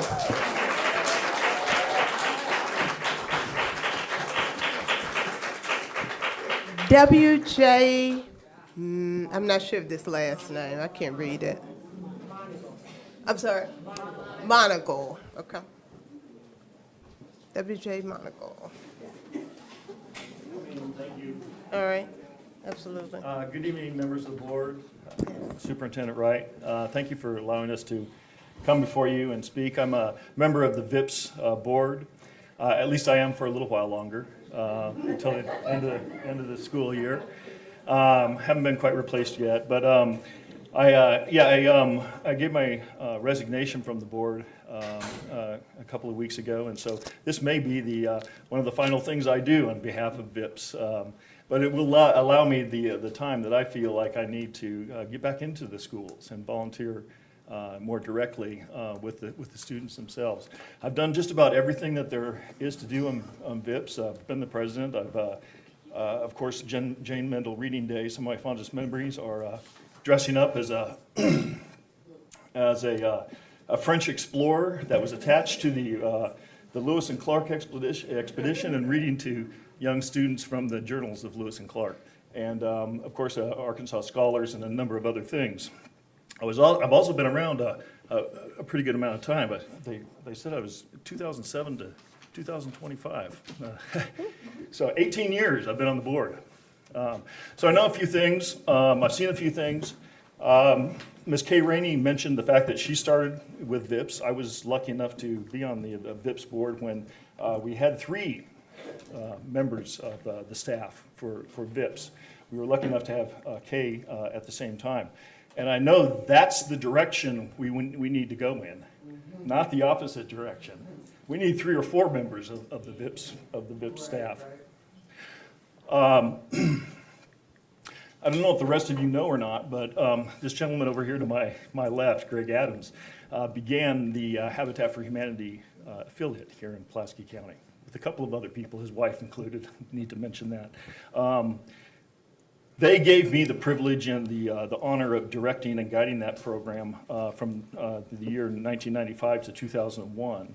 And we literally changed the landscape and the face of our community. And so I know something about what it takes to coordinate and operate a largely volunteer workforce. And Habitat for Humanity has done nothing but grow in the years since I was there. And so they do a great job. But let me tell you, they pale in comparison.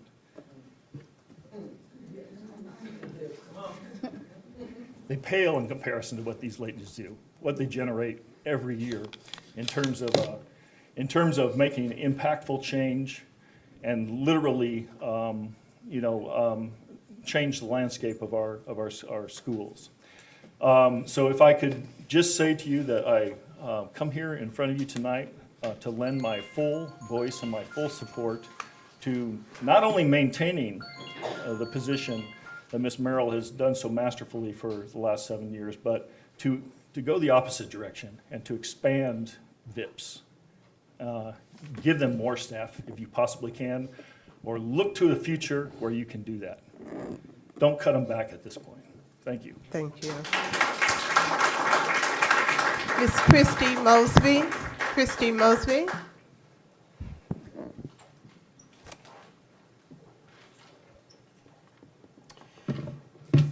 Good evening. I always get nervous when I have to come up here, stumble over my words. Board members and Superintendent Wright, thank you for the opportunity to speak to you tonight. I come to you as a parent of 3 former LRSD students, as a community member, and as an LRSD employee who is a representative of LREA members in the district. For some of you who don't know, I currently serve as the Little Rock Education Association president. I was contacted previously by one of my peers who was clearly frustrated with the operations of the district and the handling of the Brady and Carver school closures. According to the recommendation hiring process for 25-26 in Section 8B, and I quote, staff from Carver, Washington, and Brady who meet the criteria for effectiveness and satisfactory attendance will be given priority consideration and/or interviews at their schools of choice and should be offered and recommended for a 25-26 position at any of their schools of choice. Several of my peers have voiced frustrations that this is not what has happened. They stated that they met the criteria for recommendation, submitted their schools of choice, but never received an interview.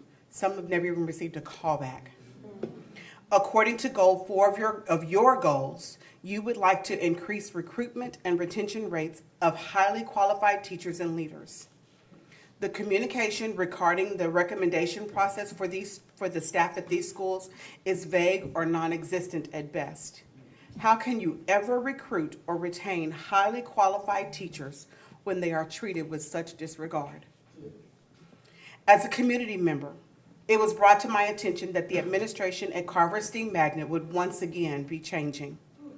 Not only is the principal that began the school year is gone, but now the replacement principal is being recommended for a position at another site before the close of the school year.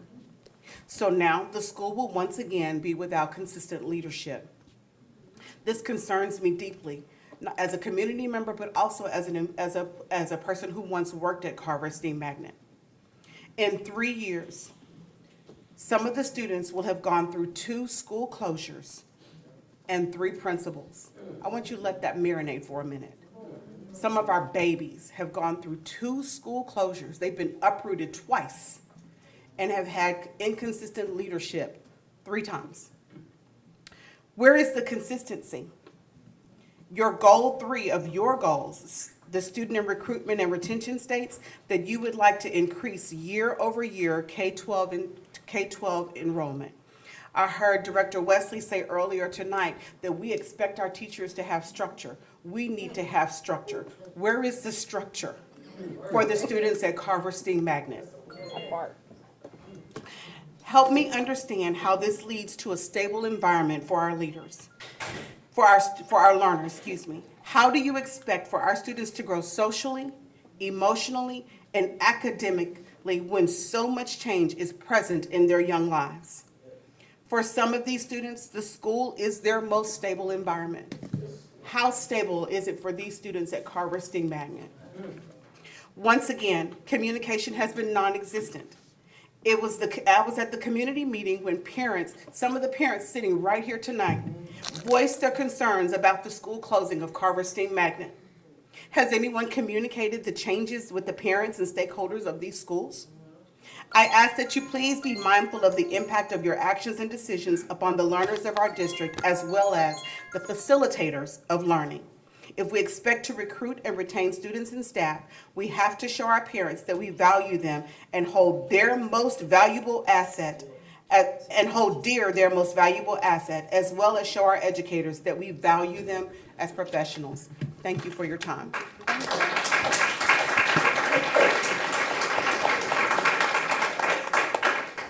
Okay. Have I omitted anyone who had signed up? Yes? Okay. Yes, ma'am. I don't know how I missed your name either, dear. But you can imagine, okay? Okay, so good evening, everyone. I'm Teresa Knapp Gordon. As you all know, I wear lots of hats in this district, always have, probably always will. Currently, I am the president of the VIPS board, and so I want to speak tonight about the elimination of a position in the VIPS staff.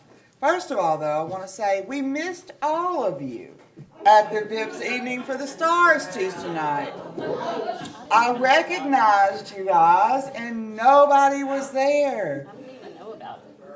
It's advertised on the district website. It's advertised, it's on the district calendar since August. It's printing, so it's been there forever. I bet you all didn't log your volunteer hours either.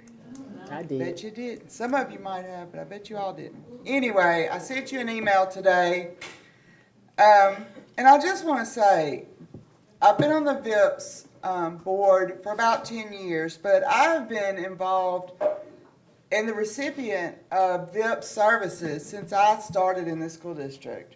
For those of you who don't know, this is my 28th year in the school district. And when I first started, Leanne worked at VIPS, and she organized all of our field trips. Back then, there were at least 5 staff members in the VIPS office, and they did everything for us. The teachers loved them, parents loved them, but then they were cut to 3, then to 2, and now we're trying to cut the VIPS staff to 1. There is absolutely no way one person can run the VIPS office and do the job of the VIPS staff. And I hear through the grapevine that administration is going to pick up the slack. I don't think that's going to work, Dr. Wright.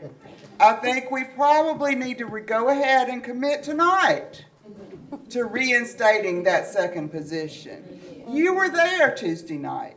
You were the recipient of a huge check that I gave you that showed you over $23 million worth of volunteer hours in Little Rock School District.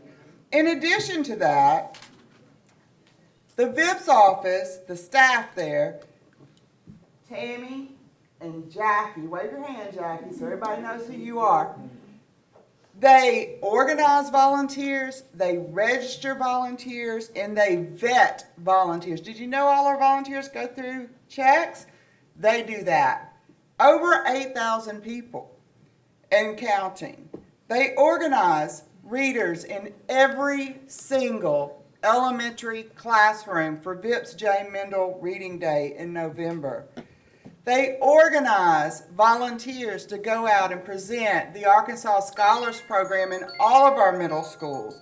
They fundraise. They recruit and organize partners, those members in our school district who bring so much into our schools. They organize the single largest attended community event other than high school graduations in Little Rock School District. They organize tutors and mentors for our kids. They organize all of these things with 2 people. They cannot do it with 1. I urge you, Dr. Wright, tonight. I don't know who decided on these cuts, Mr. Bailey, but we cannot continue to cut essential services and expect our school district to thrive. We cannot do that. I beg you to guarantee tonight, all of these people here to support VIPS, that you will reinstate that position and make sure that our VIPS staff office is fully staffed. Thank you. Thank you. All right. Okay, so we're gonna move on. Do we have, I'm sorry, did I omit 3 others? 4 more. No. Okay. I'm sorry, were there a few others that I omitted? 3. Yes, 3 others, okay. Come on, ma'am. She makes 4. Oh, the one in the purple? So we have 1, and then give me the other 2 hands. Hold on, give me your name, ma'am. Brittany Brooks, it should be on there. All right, Brittany. I was on the same one with Brittany. I saw yours. When I look back, I saw yours. But Brittany Brooks, and there was one that I could not read, and I think it was Miss Brooks. That's okay, that's okay. And then there was, yes, ma'am? Okay, what's your name? TREDA. T-R-E-D-A, Trida?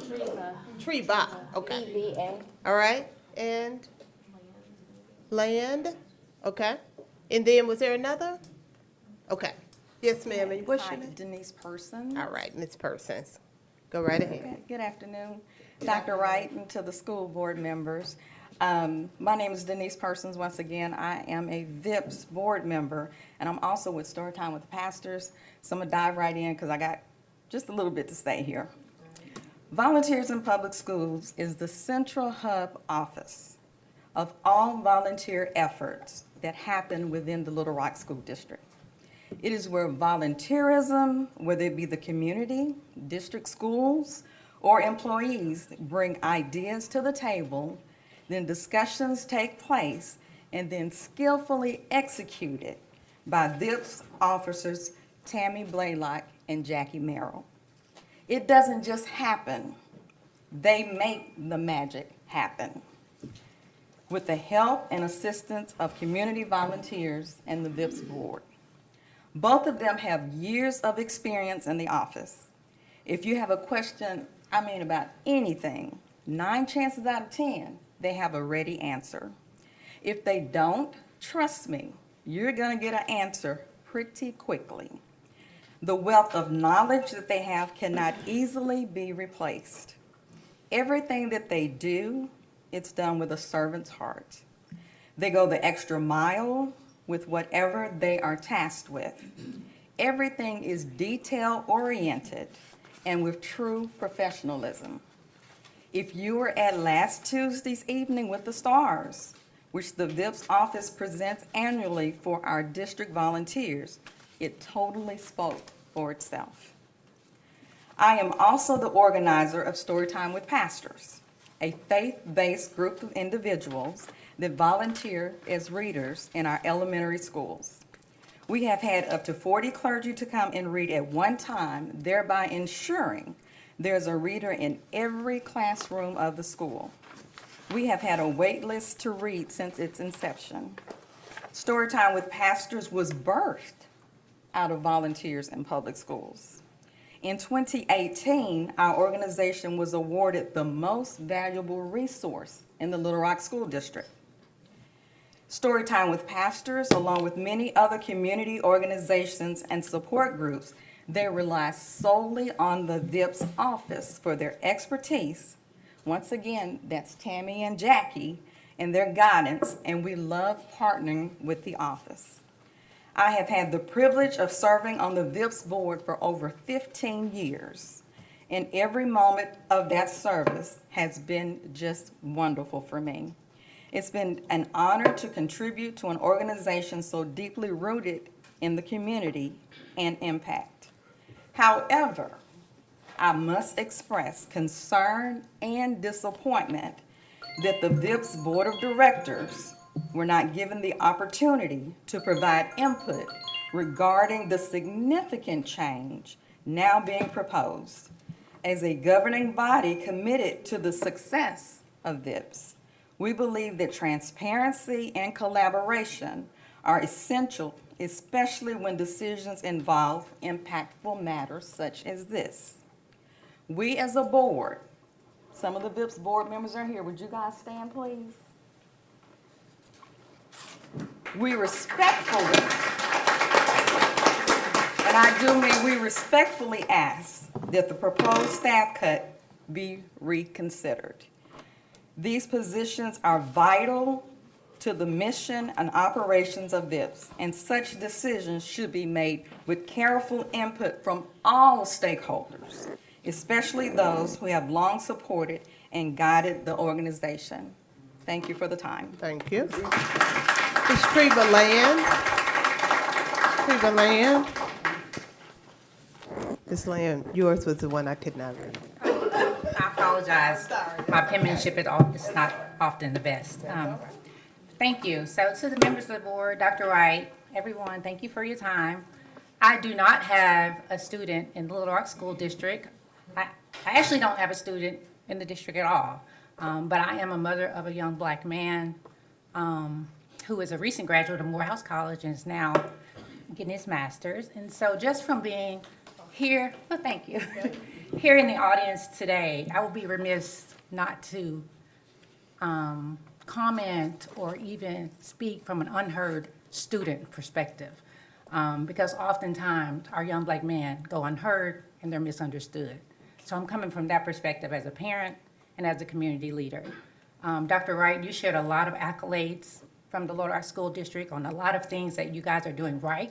Of course, it took a lot of teachers and administrators to execute those endeavors, and I commend you guys for doing that. I was really surprised to see so many things being done here in the district and students being congratulated. But I want to come to you today, as I said, as a mother of a unheard student. So today I speak on behalf of the students that often go unheard, those who face barriers to education because of circumstances beyond their control. Every child, regardless of their socioeconomic status, background, race, or level of involvement from their parents, deserve equal access to the high-quality education. We must stop assuming that all kids come to school with the same resources, the same support, or opportunities. Some walk through those doors carrying burdens that we never fully understand. And I know that because I have a niece and a nephew, that no one would know what they're going through. And there's nothing I can do about it, but oftentimes he's bullied, he's misunderstood, and he doesn't get the benefit of the doubt. So I'm coming to you to let you know that we need to be more mindful of those students. But that doesn't mean they're less capable or less deserving of the education. Our responsibility is to meet them where they are, not where we think they should be. We must believe in their potential and give them the benefit of the doubt. Because when we do, not only do we give them a chance to succeed, we give them hope. And I think someone mentioned that earlier, hope for our future. Let's not allow our zip codes, family income, or assumptions about the efforts to dictate a child's future. Instead, let's build an education system that works for every student and not just the ones with advantages. Thank you guys very much, and I leave you with this. Education is not preparation for life. Education is actually life itself. Thank you guys so much. Ms. Person, Ms. Denise Person. Hello, I'm back. I was here 2 weeks ago. My name is Brittany Brooks. I'm the librarian at Pulaski Heights Middle School. I talked 2 weeks ago about losing media clerks. We're getting mixed signals. Some schools have been told they can't have them, some have. Some are on the list to be approved tonight. We've been told there's a cutoff number, but I would like to direct you to the March 24th meeting at 1 hour and 11 minutes when Dr. Wright spoke to some librarians that were here in the audience and said that if librarians had other responsibilities, like testing coordinator, technology, etc., that there would be a form that could be filled out and submitted to HR. And I've watched it with my principal. I went back. I sought out this form. We called Ms. Burgess, we called Jordan Eason, we emailed Dr. Wright. We received no responses whatsoever, and this mysterious form was nowhere to be found. Until today, at about 4 o'clock, one principal to another, somehow somebody found the form, okay? If this form is available and principals are able to do this, this form needs to be sent out to all principals. Directions need to be clear, information needs to be clear, and everyone needs to be given the same opportunity. Tonight on your hiring list, a school smaller than mine has a clerk that's going to be hired. Yet we have been told that my clerk, who by the way just had a baby and is stressing about her job while on maternity leave, is not being rehired. So we need to make a decision. It needs to be clear, and everyone needs to have the equal opportunity to have that media clerk. I have agreed to take on technology duties next year. I'm also the yearbook sponsor. I do it by myself. There are no children involved. I'm in charge of recruitment. I'm in charge of shadowing. I'm on the Guiding Coalition. I can't do that without a clerk. My clerk also does the social media for our school. She's a certified teacher, so she also assists with testing. And she makes all the ID badges for our school. So all of these things are going to go away, and someone else is going to have to do them. I cannot serve my students without a media clerk. I will have to shut down the library about 20 hours a week, which means when my students need to come and get a book, I can't help them. And then I'm going to fill out a piece of paper for all of the hours that you're going to owe me that I don't get a lunch, that I don't get planning time, and that I don't get admin time. And I'm telling you, and I told you last time, that is double what my clerk makes. So it's not going to save you any money. And I'm not the only one in this position. Other libraries are going through it as well. So I don't know if the right hand is not talking to the left hand, but something is going on with media clerks. We're getting different information, and there's no follow-through. So I'm going to direct you back to March 24th meeting, 1 hour and 11 minutes. Listen to Dr. Wright's statement about media clerks. He interrupted the meeting, and he said, I promise you, and this is what's going to happen. So that form for keeping media clerks is mysteriously absent. We need it to, everybody needs it at all the schools. So every school has the same opportunity, and every child has the same opportunity to have access to a library every day. It needs to be fully staffed. Because as the lady before me just said, every child doesn't have the same opportunities at home. And we're focusing on reading, Dr. Wright, right? Literacy, reading at home. Well, the libraries are the most important part. And we all just stood up here and clapped for the librarians and said, oh, you're great and you're wonderful. But we need support too. And I'm sorry, Ms. Brooks, I'm sorry. All right, so anyone else? Have I omitted anyone else? Any other? Yes, okay, tell me your name, ma'am. Venus Richmond. Miss Richmond, did you sign up, Miss Richmond? Yes. Is that true? Come on. You Miss said you were gonna open it up to Come everyone else. on. That's the only reason why I was. Okay, now, Miss Richmond, I need you to sign up in the future. That was just if I omitted you, but come on, we're gonna have a little grace. Okay, I just wanted to tell you, first of all, that man built my mother's house in our house. So I can contest to his work ethic. Also, I work at Carver and I have been there, 10 years. I started as a sub. I worked till I be a parapro, now became a teacher. And in those 10 years, we've had like 4 disruptions. And I just feel bad right now because I can't tell my babies that I'm going to the new school. I can't tell them who's going to be there to welcome them to the new face of the school because a lot of the staff members have not been chosen. A lot of the staff members, it's not a flow. And because of the unstableness you have with our jobs, a lot of our great teachers are finding other places. They don't want to wait. Why would you want to wait? You need a stable job. You need to pay your paycheck. So I just feel bad for our children, what y'all doing to our kids. So I want you to consider that. And without VIPs, they came in and fixed my whole library. That would not happen without them. So Thank you. Thank you. Okay, so we're going to go ahead to District Committee Report, Certified PPC. Thank you for your patience, ma'am. Oh, absolutely. Good evening, Board and Superintendent. Teresa and I are going to bring together a joint report because I was unable to attend the Section 3 policy meeting this upcoming Monday. So the first half of my report, last Monday, the first part of my report, I would like to say thank you to the Board of Directors for approving our resolution in regards to the inclement weather days. It has tremendously helped those people who were able to get those flex hours and not have to stay beyond their days of work.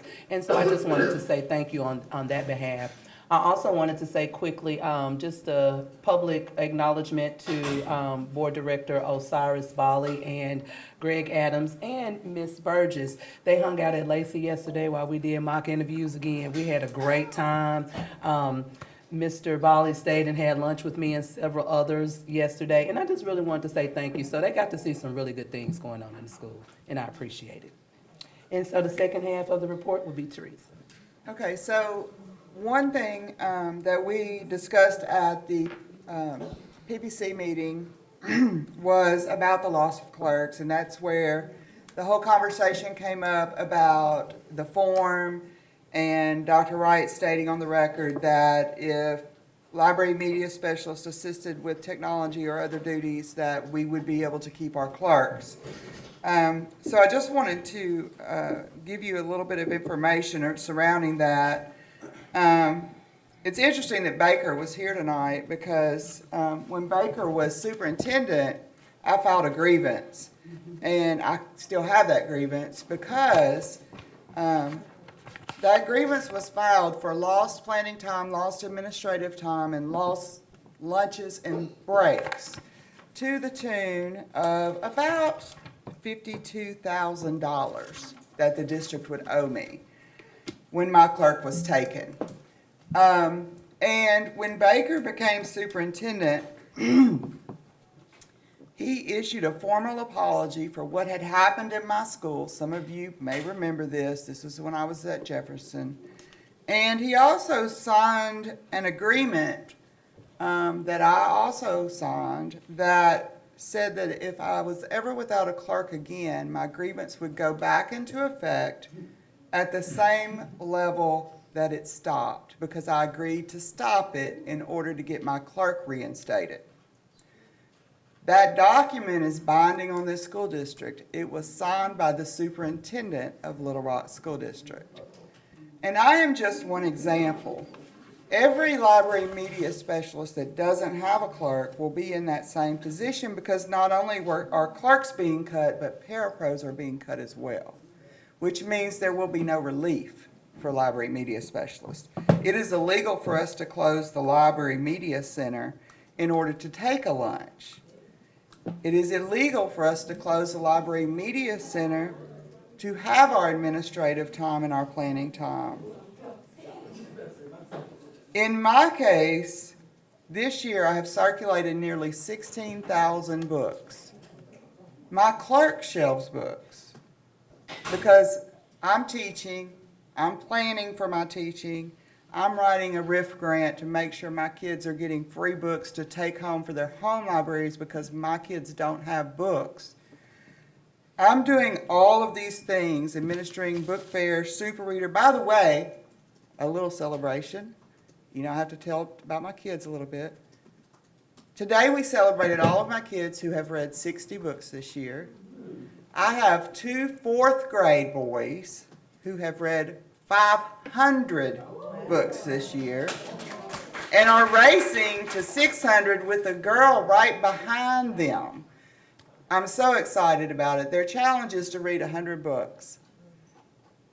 My kids are going above and beyond for my Super Reader program. I administer that program. I collect the data.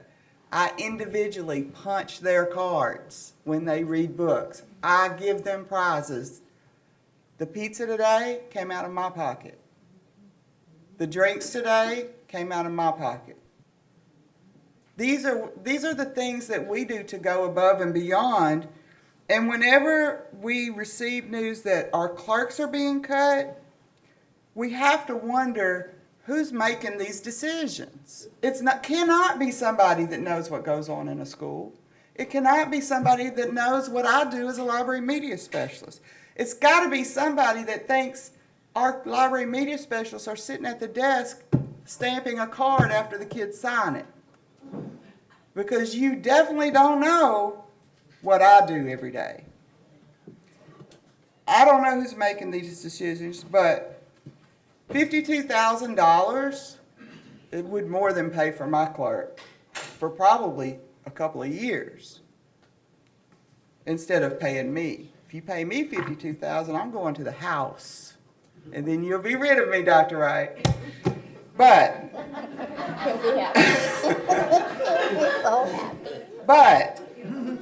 our librarians need clerks, especially if you look at the staffing ratio.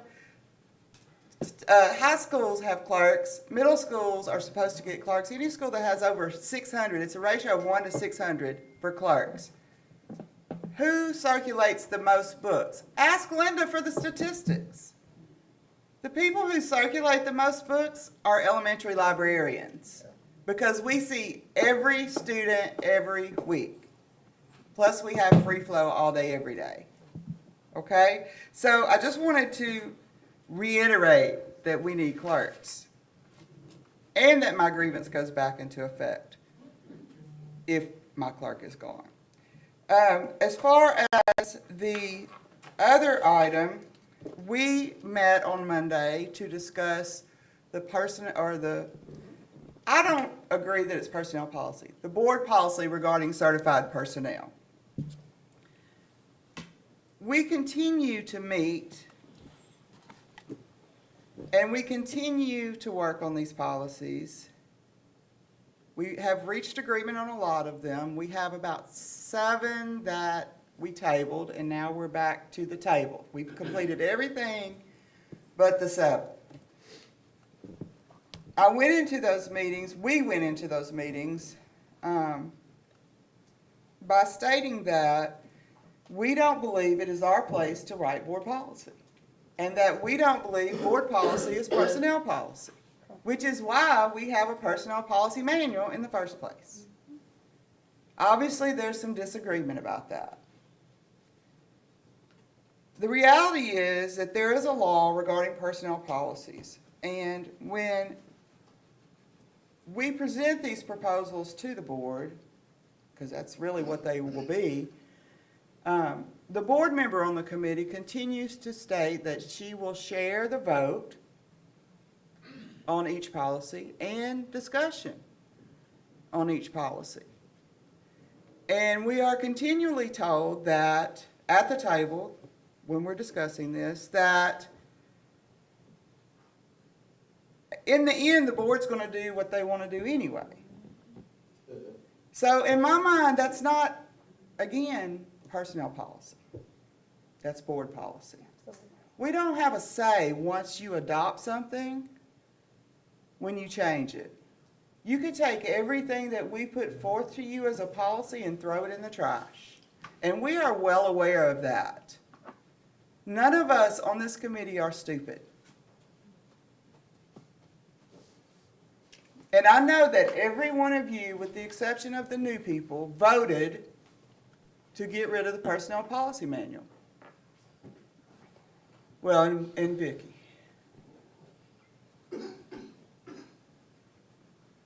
And I don't know if that's going to hold up if we get into a situation where we only have board policies and the personnel policy doesn't have a say in board policy when the law says there has to be personnel policies and it has to come through the Personnel Policy Committee. So it's going to be really interesting going forward, especially in light of the way these meetings are conducted and some of the conversations that have happened at that table. We all entered those meetings in good faith, with the expectation that we would be respected and honored and that our work would be. We have spent, I don't even know how many hours in that room upstairs working on these policies. I don't even know how many hours. I've lost track. I do know that they have been strenuous, contentious, stressful. There have been tears. There have been people walking out and having to take laps around the third floor. And it's unnecessary. Because at the end of the day, I don't believe that the work we're doing is going to count. I believe it's a dog and pony show, and I believe that at the end of the day, you all are going to do what you want to do, which is going to be what Dr. Wright tells you. Wrong. Well, With not all a of few us. exceptions. With a few exceptions. Because it's going to be presented to you as a book of policy. We're going to do them one at a time if I have anything to say about it. We're going to look at them in seriatim. That's the motion I get to make. Well, and I appreciate that, Tony. Mr. Rose. Tony, sorry. What makes you think, why do you have such little faith in us? Because that's what we've been told over and over at the table. Oh. What table? The one upstairs, The policy meeting. where we meet. Who's telling you this? Who's there? You know Who are they? Who's there? It's only one board She member. would like and to name my name, and I have said that I feel like I owe you all and this is, it was on the agenda last month, and we did not get to, we Yes, missed yes. it last meeting. For me to bring this question to you, all of how you want me to present the results of this to you. I have not, I think you all deserve, if you're gonna vote on something, I think you deserve to know how the conversation went and whether it was a unanimous vote from the committee or not. I'd rather you know that than look at them blind and not have the context and the depth of, extreme depth of conversation we have had about these policies. And I think you all deserve that clarity and transparency if these are gonna be policies you vote on. And so, so that, I guess, I'm not trying to interrupt your presentation, but if you're gonna refer to me. So, I'm just saying, that is not how any committee I've ever worked on has operated. Once something is approved, it goes as a committee proposal. If Lakeitha and I go back to the PPC and do the same thing, what do you think they're gonna do? I mean, it's gonna sway the vote. That's why you do things like that. That's not good faith. So I'm giving you an update tonight in good faith. Okay. Because I know that there are conversations happening after the meetings about what happened in the meeting, and it's one-sided.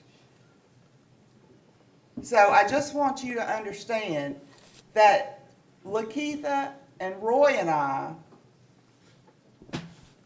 enter that room every week that we're in there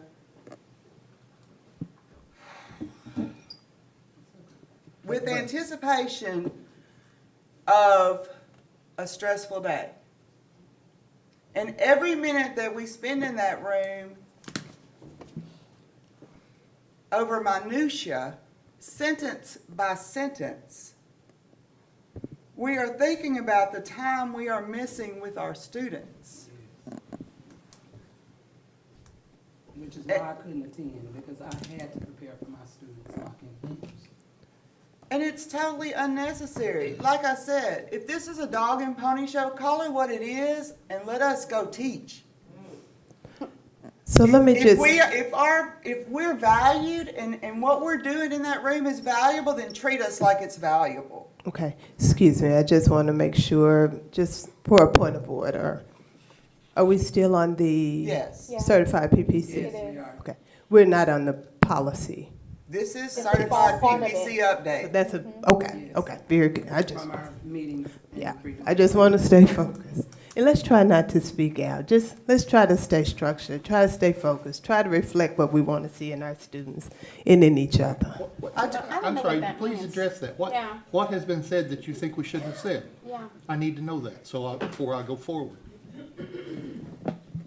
I have a question. I got a question. I asked the question of the president. I need an answer, seriously. What I said was, let's try and stay focused, let's try and stay structured.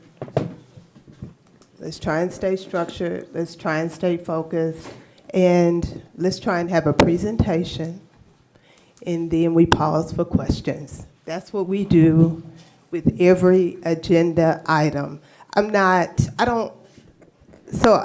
don't like any type of, I'm like you, I don't like any type of contentious exchange. I don't want to cut anybody off and say, don't speak out. I don't want to do that.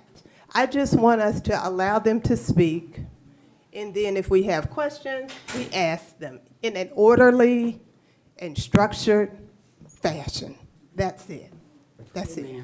I just felt like at this point, you guys need to understand what is happening in your name, okay? As we work on these policies. And those of you who know me know that I have worked on most of the policies for this school district in some form or fashion in the 28 years I've been in this district. So I have the historical knowledge at the table. And I don't enter to be contentious. I enter to get some work done. Because I don't want to be there forever. And I also work with the idea that if we don't get something to y'all to look at and vote on, we're going to enter next year with no policy, which is not going to be a good situation for anybody, because we did that when we were under state control. Absolutely. And it didn't go too well. So I just felt like tonight y'all needed an update. And Lakeitha, she wasn't at this past meeting, but she's been in most of the rest of them. I am. And she can attest to what I'm saying as well. As can Ms. Burgess and Gina Curry and Anna Strong and Roy Vaughn and David Kazay, because they've all been there. And it's been unnecessarily stressful. It has not been a collegial situation, and I just felt like it was time for y'all to know that. Now, the other thing that we need to talk about is the compensation situation, because we have still not had a compensation meeting because of the storms. So I don't have anything to update you on for that, other than to say that no employee in this district has received a bonus or a salary increase other than the step increase, because I'm sure Kelsey's going to get up and say they got their step increase. that is part of their salary schedule this year. Yet, we are cutting positions so that we can hire and put in new positions that are six-figure salaries. We also, every time I look at the board agenda and see programs there that are hundreds of thousands of dollars, I kind of get sick to my stomach because we have enough programs. We don't need any more programs. We need our personnel in our schools that work with our kids. We need to ask our teachers what programs they need and want. Because we're getting to the point where we were back when Baker was on the board before, and so were you, where we had so many programs that we had programs that oversaw the programs. And it was so much wasted money, and nobody was doing the same thing. Everybody had their little program that they were buying with their Title I money or their whatever money that they got.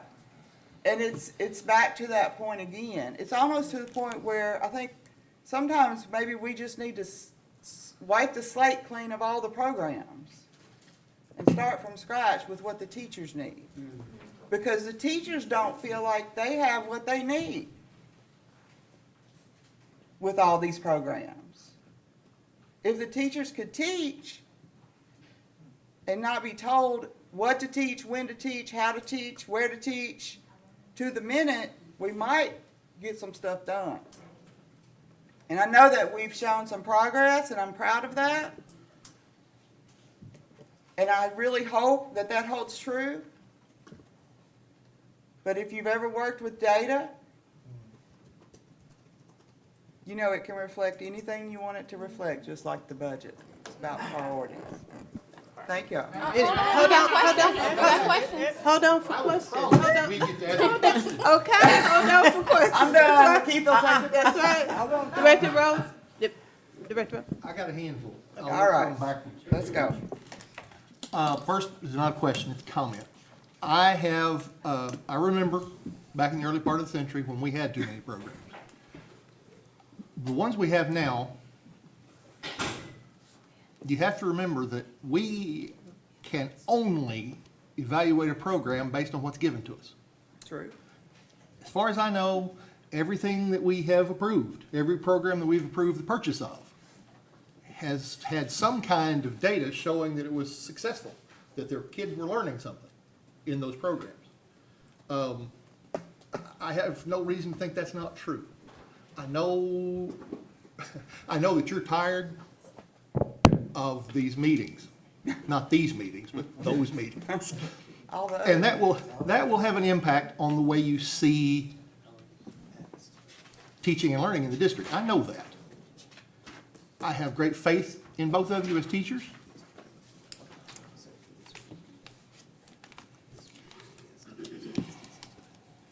You have 7 policies that you tabled and have come back. Can you give me 2 broad categories that they fit into? Planning time and meetings. Okay. And what do you think the other big one is?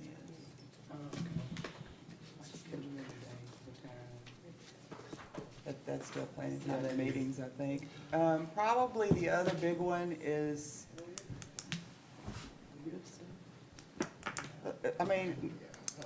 library media specialist being used as planning time. The library media specialist, I have unfair knowledge, I guess.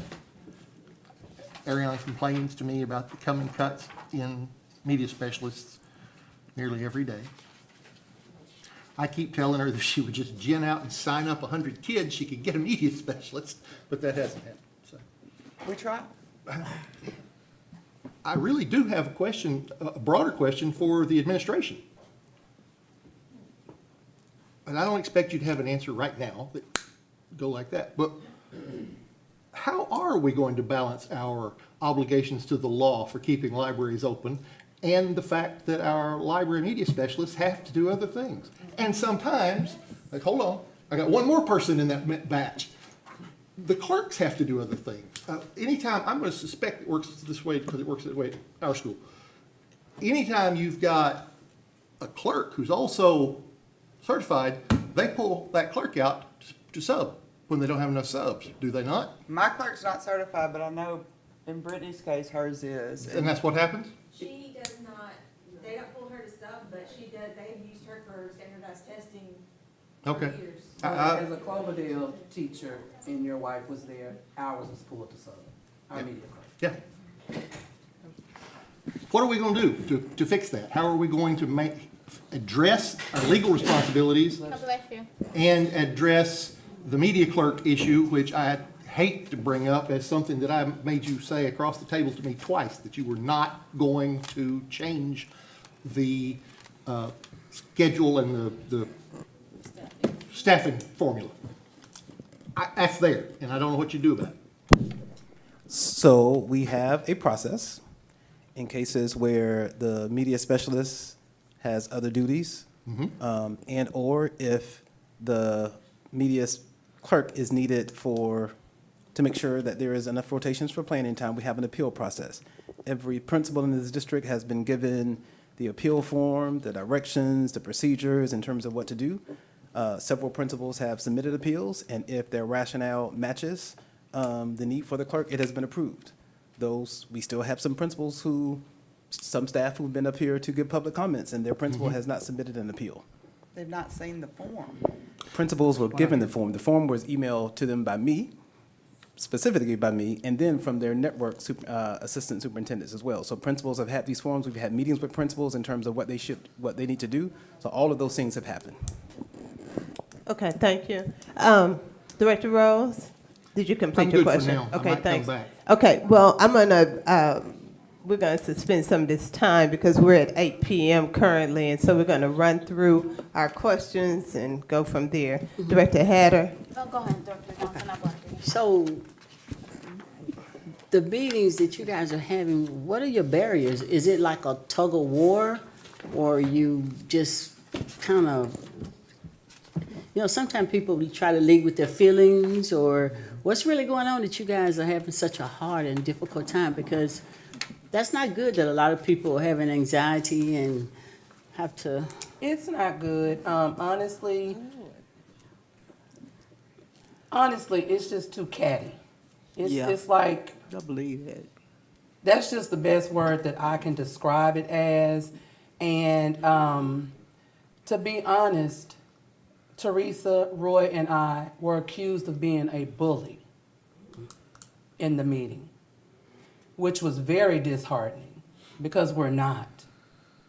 And just as Teresa mentioned a moment ago, and even David Kazay agreed that this is something that we should be working on together and presenting to you all together.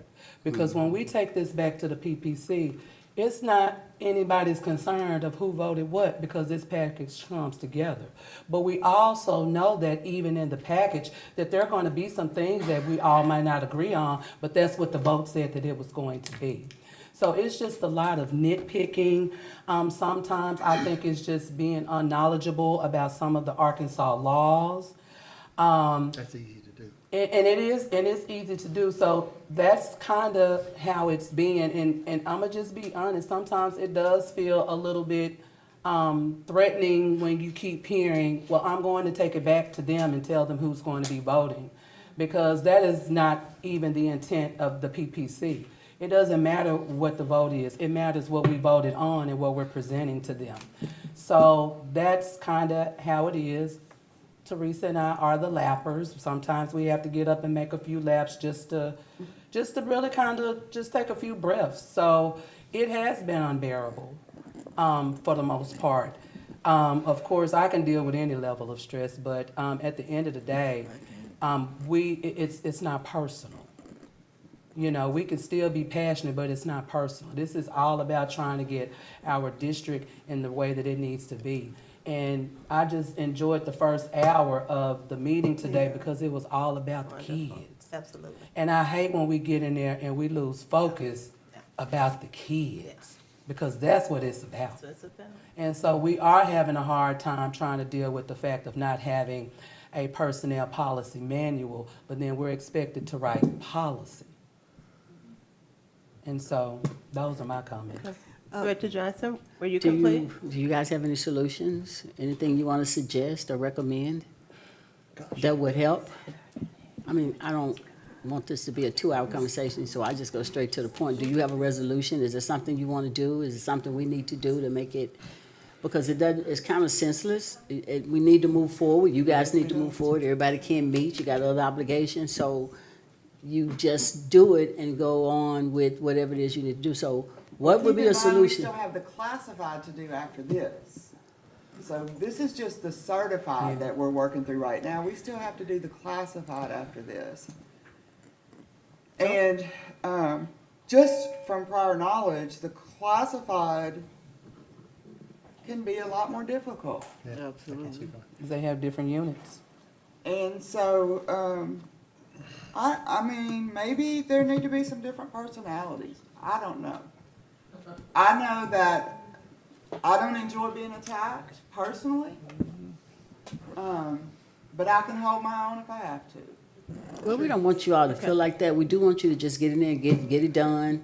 So I was just When you start the first reaching, meeting with an attack, well, I'm just reaching out. What do you suggest?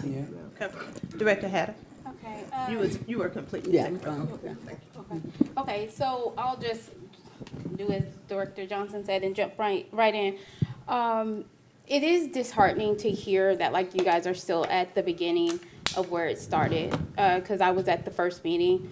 I walked in, you guys was already there, and just watching it, I intervened and said nothing is going to be accomplished here because it's catty, it's contentious, and this was the very first meeting. And then so I did witness a lot of what you talked about tonight, and for it to be all of these months later, and it's still in that contentious, unproductive, authoritative type position to where you guys may feel like just what you said, that it may be a waste of time. I do want to echo and say what I said then. Those are two separate policies, and the board policy and the personnel policy, they should be different. There's only really one reason to try and merge those two things, and that is to circumvent and then to provide less rights and opportunities, right to staff. And I think I said that that would be crazy, for you guys to even merge those two things, and that board policy should only be written by board members as it's done across the state and then across the country, where board members get together and they go over their board policies, and personnel policies are just that, because you have labor laws, you have all of these other different things. And so I do believe that the idea may be, because to make the personnel policy a part of board policy is to circumvent and get around the PPC, but some may not realize that the PPC is law, and that it's the only binding voice. So I'm just sad that, or I'm not really sad, I'm disappointed that we hear how members want members to say things orderly, structured, and then when staff is acting that way and they're on committees with board members and it continues to be that way, and staff members are not getting proper documents to be orderly and in fashion, it is a huge contradiction, which may even represent, I think that the board represents the way we are, how we're split. It's very clear to see where are the pretty much guaranteed yes votes are going to land. Then when you look at that, I think that division seeps down within the district on even how employees are treated. Just like I see our superintendents talking, and I'm looking out in the audience for reaction of what is being said, and there's disagreement there. Like that is not happening. And I do think lastly, and this is a question for you, is just like you guys, yes, we do a lot of programs. And obviously, those reports are going to come back to the board saying they're good, so that it continues the payment of the program. And we know that things are sanitized when they get up here. For me, it's more beneficial when I hear directly from teachers and staff members that are utilizing the programs, that are not on the committees, that are not the pet, if you will, to champion something, to give a raw and honest feedback of what is the actual result of that. So,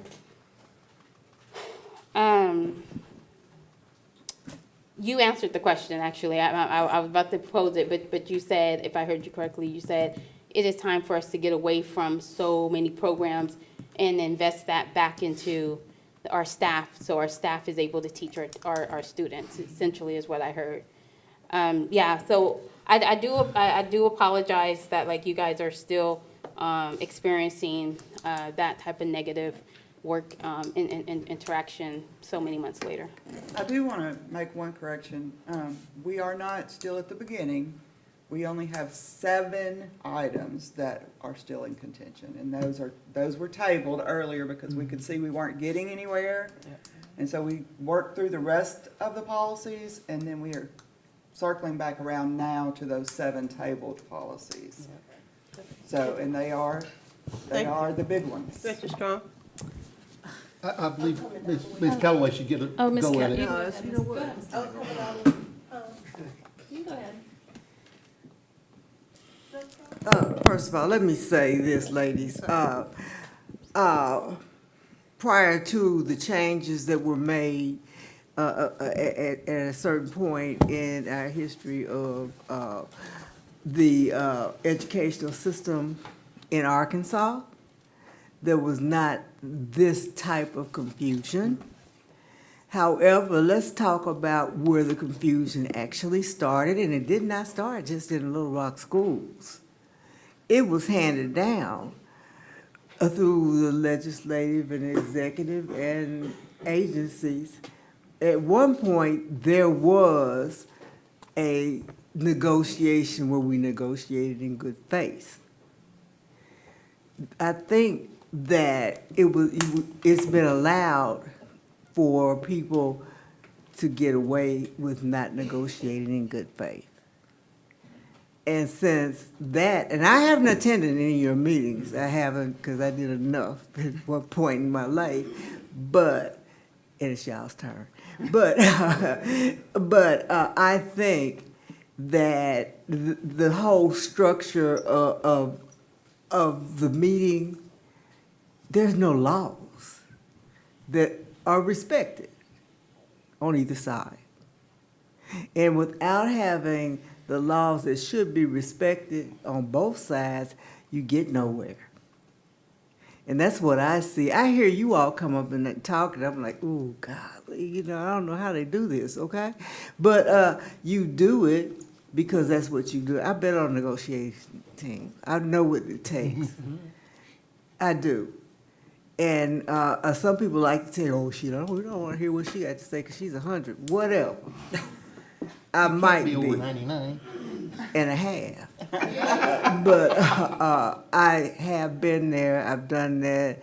I got the certificate. And unless you sit down and you have a good faith conversation and get actual educators and people who actually care, we're going to be right here where we are right now. And that starts with the top.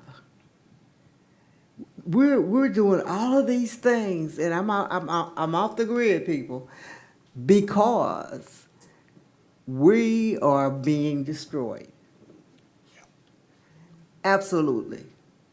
We're taking money, we're taking positions, we are starving because of somebody had a good idea that they thought it was good, but they don't have to do it with it, we do. you see. And so, since I know what you all are going through, and I know, I kind of resent it that you all, well, the statement was kind of made with the board. It ain't the board. It's some of us. And you know who was there and who wasn't or whatever. But in order for us to get things done, and these massive cuts that we're going to go through, I'm crippled. But you're gonna have to get out.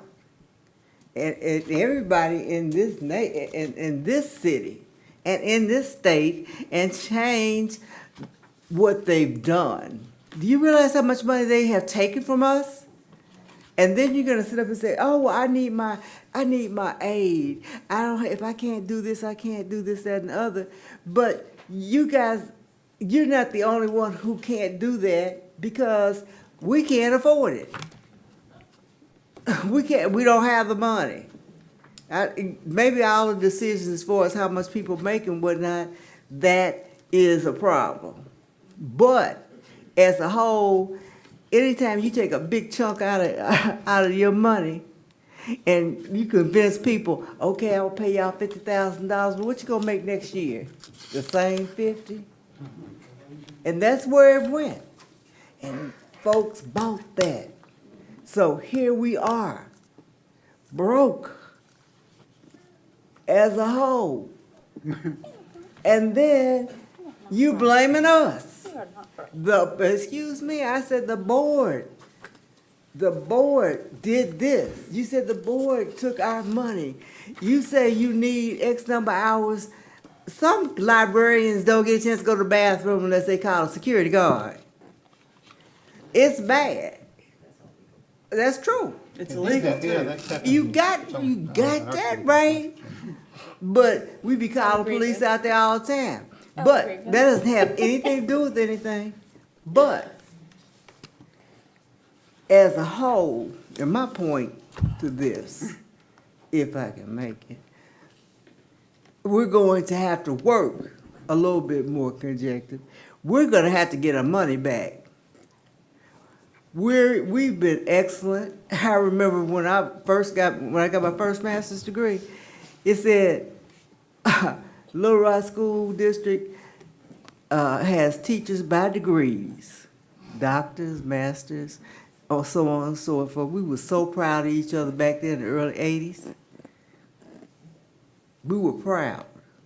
And we didn't make that much money, but we survived.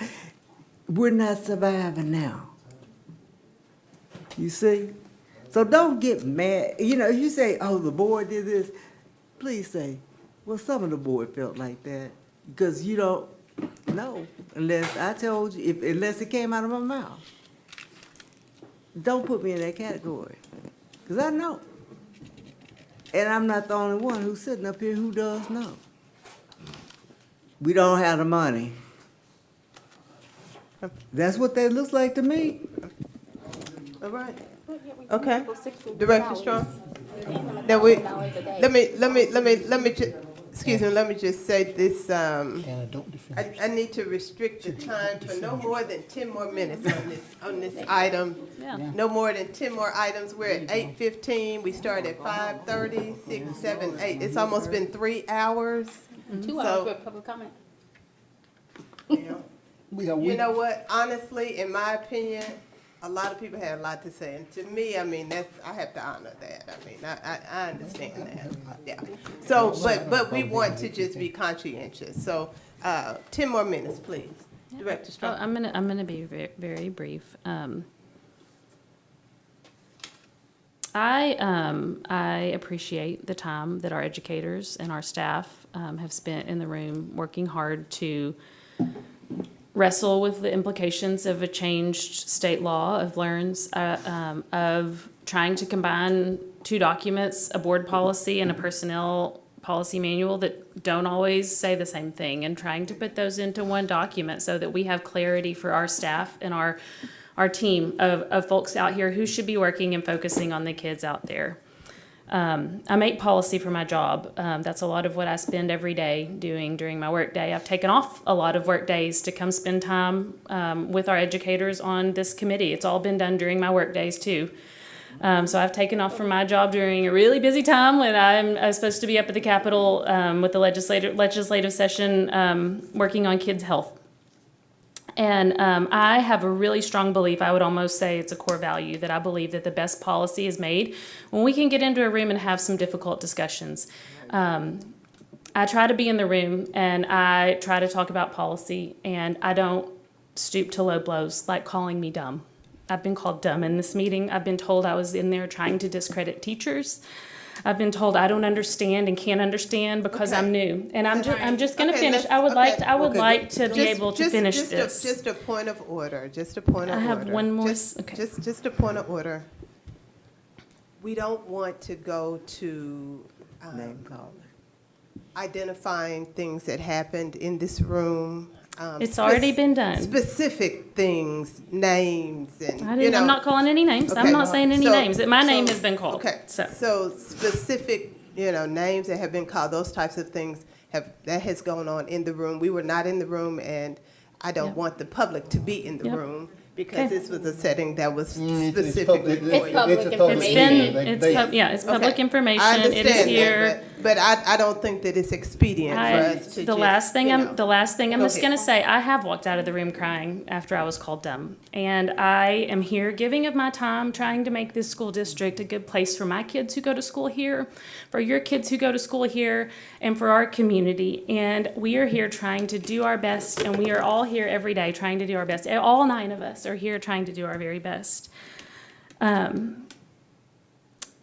And I think all I will say, the last thing I'm going to wrap up with is it has been hard, but I come back. I come back to the meetings, and I'm there, and I'm trying hard to figure this out and make good policy for our district.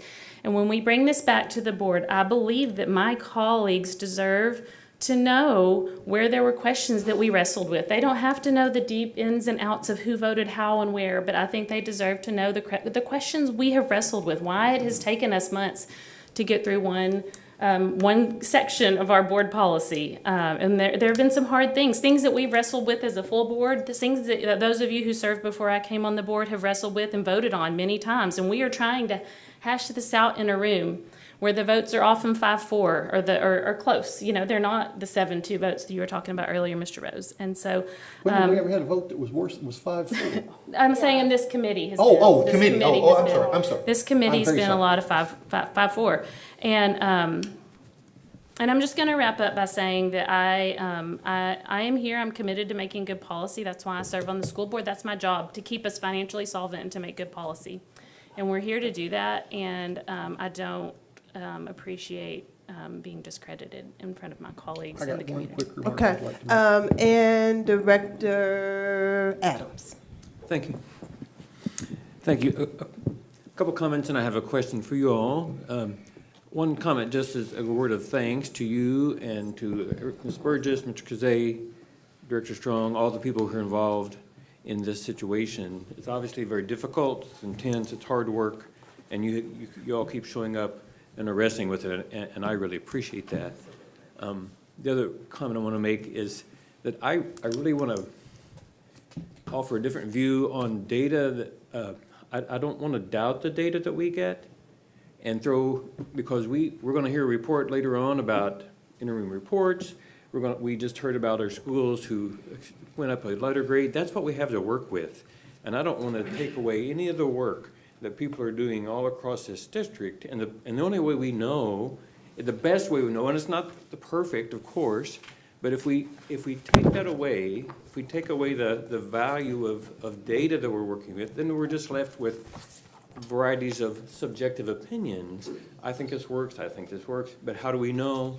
And it's not that subjective opinions is not useful, but having common data helps us to have a common conversation and helps us to know if we're making progress. And I think that we are making progress if we look around and see the incredible work that's happening going on. So I want to be really careful to hold that up and to not take anything away from the work that's being done there.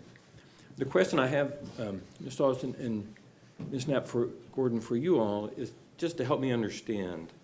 Because when I think about when this is going to be brought back to the board, and I think about trying to evaluate these policies, and it's a big deal for these policies, and to try to look at it. And I expect that the other my fellow board members will like this too, but I want to be really thoughtful about it and not just take it at face value and to think about it. And so when I think about doing that, I think that it could be helpful to me to know what the final decision was and what were the worries about that decision. That could help me to evaluate, because it might be that my opinion goes more with the worries. And that would help me to do that. Or it might be that my impression is with the majority group that went that way. But I heard what you said, that's a worry, that if something besides the end result gets communicated, that's a problem. And I just don't understand that part. So could you help me understand why, if we reported out what the majority thought and what kind of won, the argument that won the day, but also if there was a report to say, but there was a minority view, and these were the worries and concerns about that. Can you tell me about the downside of that? I think there's a big difference between bringing forth things that we've had long discussions on versus Lakeitha voted this way, Teresa voted this way, I voted this way. We can bring back discussions of what we may have spent the most time on. Yeah. But what we were told is we're going to tell who voted for what. Yeah, I'm not as concerned, frankly, concerned about who votes for what. But I do think for me as a board member, it would help to know if there is significant minority viewpoints on something, to understand what those minority viewpoints and concerns were. I don't need for me, I don't need the names of the people who had the minority viewpoints, because that's not the important part. The important part is if there were significant concerns about it. Would that worry you if a significant concern about the final product was communicated to us? I mean, I don't necessarily think it's a significant concern. If there was something there that we, like with the planning time, that's one of the things that we've tabled. Mm-hmm. That would be something we probably would say, hey, we didn't come to, we may not have necessarily agreed on it, but the way the vote went, that's what it is, and that's what we're going to honor. Yeah. And so if that happened, and the report that you or Ms. Strong or anybody else gave said, this was the bottom line, but there were those who couldn't go along with it because A, B, and C concerns. Would that be would there be a disadvantage to that in some way that you would see? I think what we would be comfortable with is presenting the board policies and perhaps highlighting concerns for the policy, not necessarily the vote distribution. Mm-hmm. For example, the planning time. If library media specialist being planning time was a major concern and was discussed at length, then yes, that probably should be, I don't think that's gonna be a surprise to anybody. Y'all voted on it 5 times.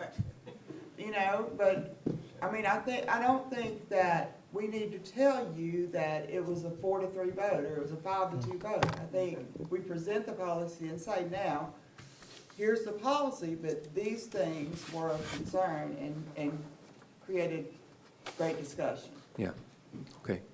Well, thank you, because I do know that there are times in the past when we've heard a report from the PBC about something, and whether it voted to approve something or disapprove, that the vote has been shared, that it was unanimous, that it was this way, or it was, 4 people that were against it, but everybody else was for it.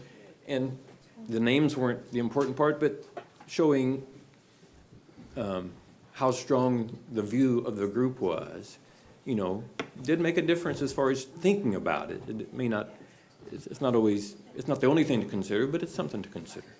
Yeah, thank you. Okay, thank you all so much. And I think maybe we have a couple other things, but if you guys could just move it to board comment, if there are burning questions or concerns. Let's go ahead. They may not want to stay till board comment. And for 5, Email us. yeah. Can you just provide, he has the email address, okay? Okay.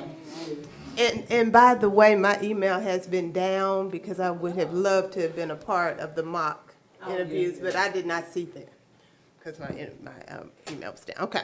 All right, so we'll move on to 5, and we'll entertain a motion for 5, the consent agenda. I have a question on that. Are we, particularly around these personnel, I know it's 3 hours later, and we're normally, but it's just what it is. Do we need to make a motion to pull something? Yes, can we just pull, sorry, I'm trying to get to it, 5.2 and 5.3 for discussion? I have to keep reminding myself. Okay. Would you like to make a Yeah, motion? so I make a motion that we pull 5.2 and 5.3 for discussion and clarity. That's usually just done at the board member's discretion. Yeah. And then we'll make Just the motion pull it. the other way. No votes Would you like to necessary. retract that? Yeah, I would just follow, I was just following along, Yes, because I just normally that's thought how that we we- would do it, just pull it. We can just make We are a able move that we to approve it, the okay. All right, okay. All right, so we'll pull 5.2. 2 and 3. And 5.3, 5.2 and 5.3. Okay, I all move- right. Can I make a motion? Yes, ma'am. I move that the LRSD Board of Education approve the consent agenda items as follows. 5.4, approval of March minutes. 5.5, community service learning applications. 5.6, health textbook adoptions. 5.7, purchasing reports. And 5.8, donation of property.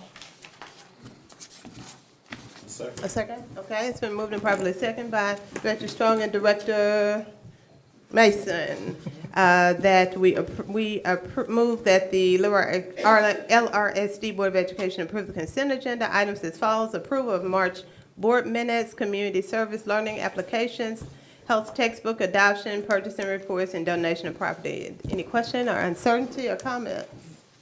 It's been moved and properly second. All in favor, say aye. Aye. Any opposed? The motion carries. Okay, so we'll move for discussion on 5.2.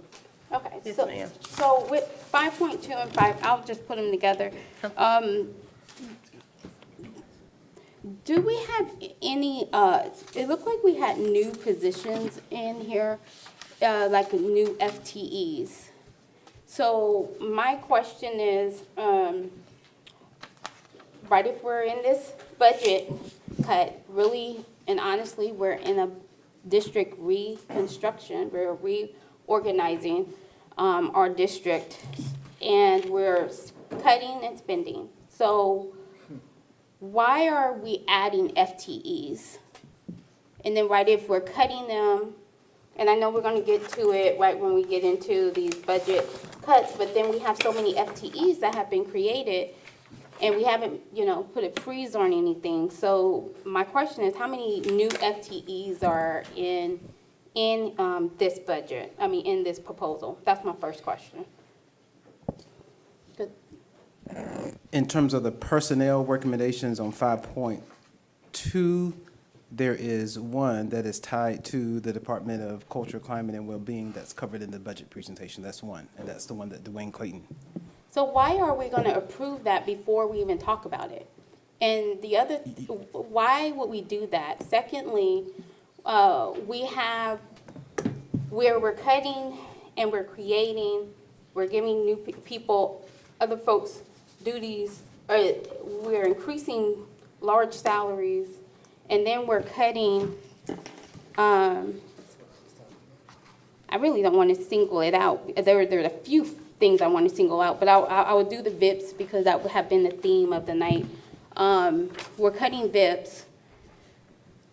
So my question is, why weren't these new FTEs brought to the table for the board to have a conversation about it out loud, instead of embedding them into this personnel approval, which is disingenuous because you want to talk about it on the back end?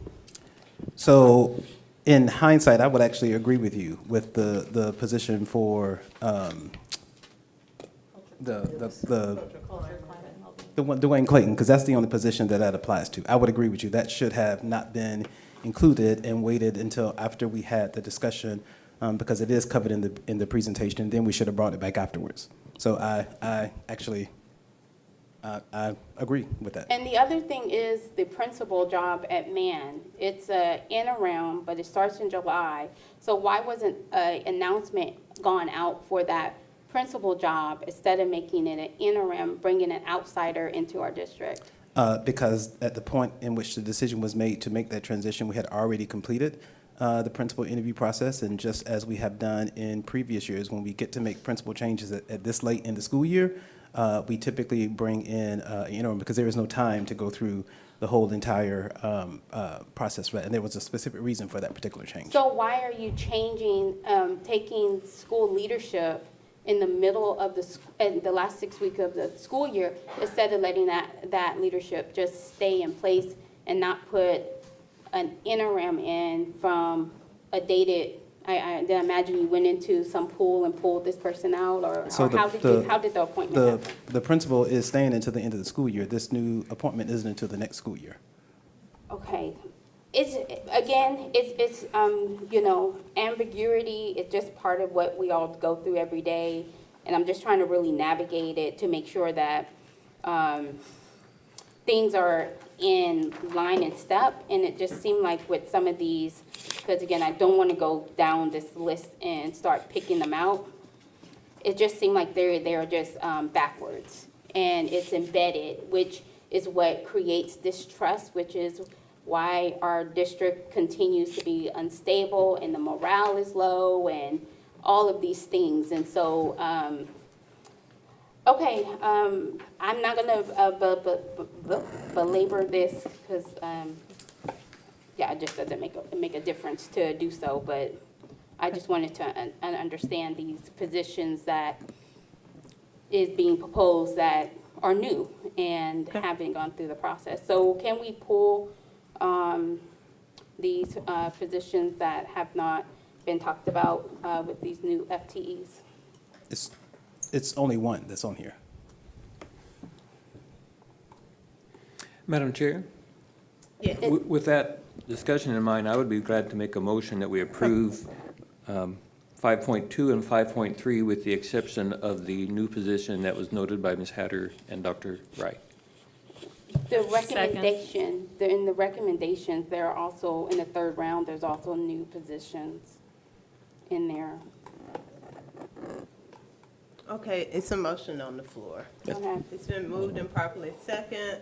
Moved by Director Adams, second by Director Strong. Any question or comment? Okay. Yes. I'd like for that to be restated, the motion. Okay.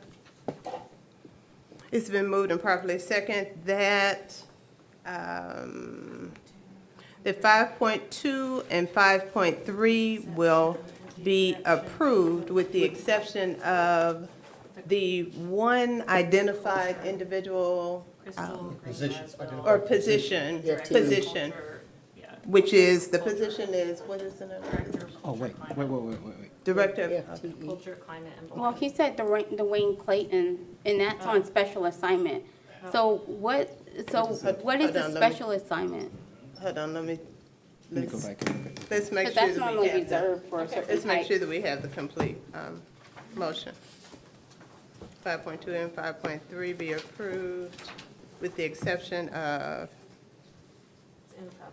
Oh, that is correct. Crystal Green Braswell. That is a, yes. That's what I thought y'all were saying. okay, I didn't- exception of the When we talked about it, position. that was what you Yes, told me. It was yes. just she was the only new position. Yes. when we Okay. had our pre-board. Okay, so Yes. the exception of position is, what's the position? Just the director Yeah, of we've- culture, climate. Director of Culture or Climate. And the principal on special assignment, because that is also a culture climate. That's the same department. Okay, Director of So Culture would and it- Climate. So Dwayne Clayton, the principal. Yes. Special assignment, okay. So wouldn't So all both of that be pulled because Tony Howard is gonna take Dwayne Clayton's spot? I mean, because. He is, but I still want to move forward with the appointment of Tony Howard as principal, because I'm making that's not connected to a new position. Right, but again, if it's a permanent position for a principal, why is it an interim? Because that school The needs same- stability. Well, all of the- our schools need stability. Because we didn't go through the hiring process involving the staff, which is what we always do when it's late in the year and we just appoint someone. This is not just since I have been here. This is just standard. Okay,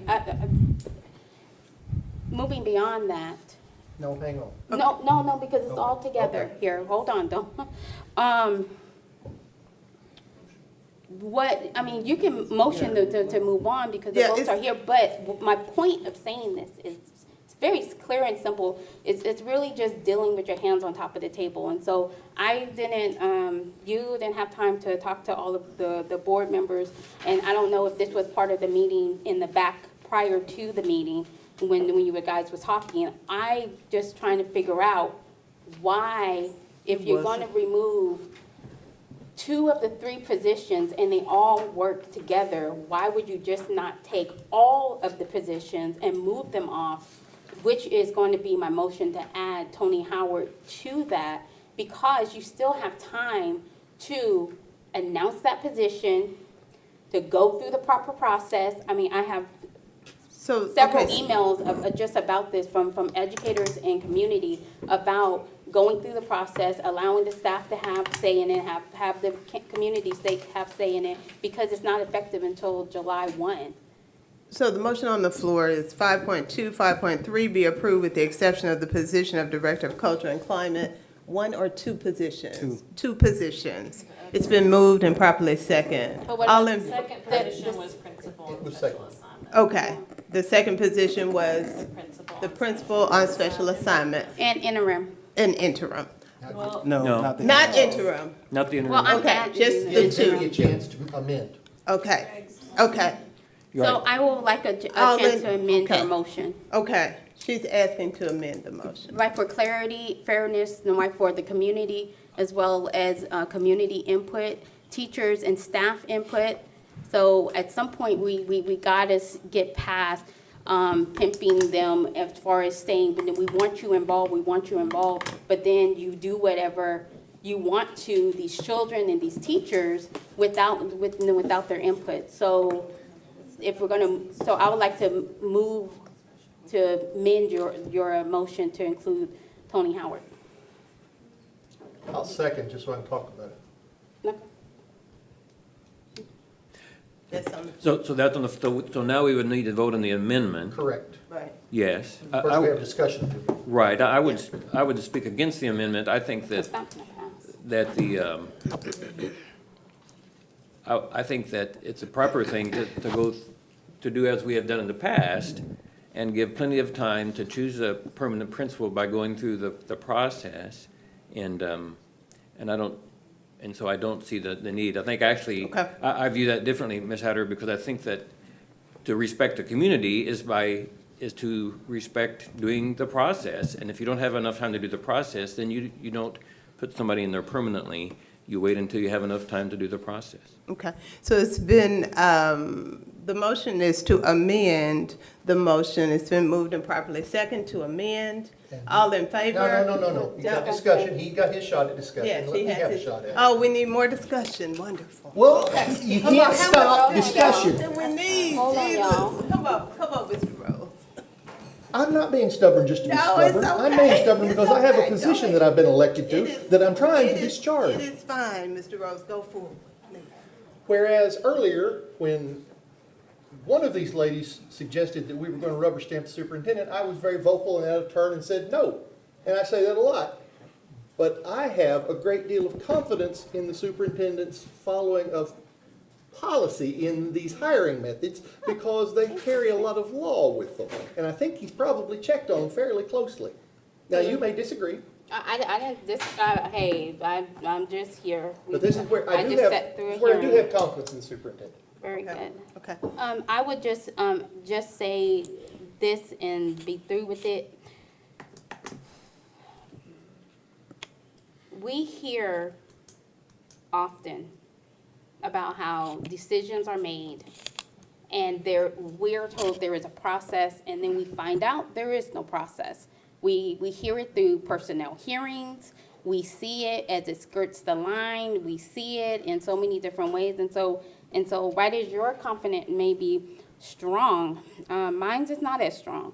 So what I will say is, right, if we respect our community and our students and our teachers and everyone, and then we wouldn't be so neglectful, right, to uproot principles or change master schedules multiple times in the school year, and create an uncertainty that is unnecessary to where we have to deal with this stuff like this. So I guess I have a different level of respect, or look at it in a different way, because I hear from these people, regardless of where I'm at. So I do think that we have a duty to do, and we normally is more of an approving board than we are a board that get down into these issues like other boards do across the state and country. So I yield my time back just to see if it will be amended. Okay, so it's been moved and properly second to amend the initial motion for 5.2 and 5.3 to be approved with the exception of the positions of Director of Culture and Climate and Principal on Special Assignment, those two. All in favor? The amendment was to add the interim To amend that, and Right, yes. that was, to add the interim position. right, but yes, to add the interim position. So all in favor of the amendment going forward, say aye. Aye. Aye, 1, 2, 3. All opposed? No. I'm sorry? I'm saying no. No, okay. Okay. All opposed? Okay, the motion dies. Okay, so now we're going back to the main motion. The main motion was to approve 5.2 and 5.3 with the exception of the position of Director of Culture and Climate and Principal on Special Assignments. It's been moved and properly second. All in favor, say aye. Aye. All opposed? All opposed? Count me as a no because I'm not voting. 'Cause I'm confused. Okay, the motion carries. I'm still confused about our parliamentary procedure right there. Okay. I think we voted twice on the amendment, or twice on the No, we did. motion. Motion carries. We went back to the original main motion. Well, no, we didn't. We went back to an altered version of the main motion. No, that was the main motion. That was the main The motion, main and it motion, carries. there was an attempt. Okay, There was so- a motion, an attempt, and then an attempt to amend the main motion. That amendment motion failed, and so the original motion was not changed. And But so the we- No, it wasn't. should have been changed because it's the one that took out the people out of 5.2 and 5.3. It did take 5.2 and 5.3 Yeah, out of those. so there should have It been, did. we didn't pass the right, we've still Yeah, got we an did. amendment to That it. was what he wanted to do. That was the one that was the main motion. That was the original main motion. Was to pass That was 5.2 it. and 5.3 To without pass those two and take the amending two out. That was the original main motion. No, it wasn't, but we'll Okay. just put an asterisk on All it right. and I'll shut up. Okay, all right, 6.1 LRSD Spring, I'm sorry. So will those two positions be brought back before us, I guess? After the Dr. Ray? discussion. Yes. after that. Okay, thank you. Madam Oh, this Chair? evening. Yes, With respect to the time in the evening, could we take a break before we go in? absolutely, we may Right. take a break, absolutely.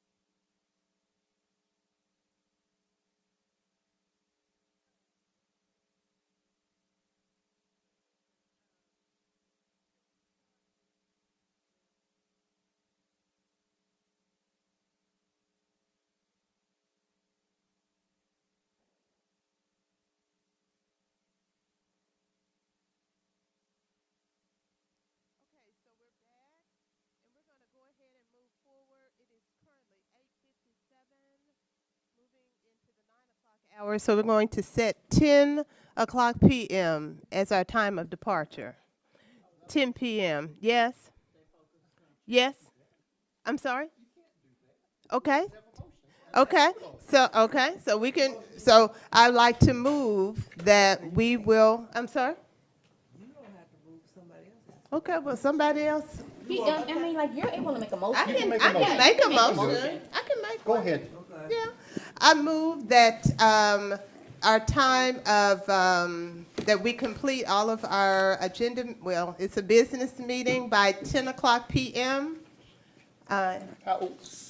Second.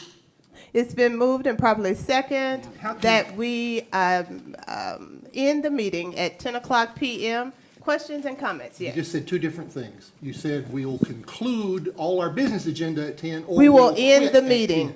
10. I'm sorry? We have to go into recess because we still got a meeting. Okay. Yeah, I know. We'll go into recess until when you want.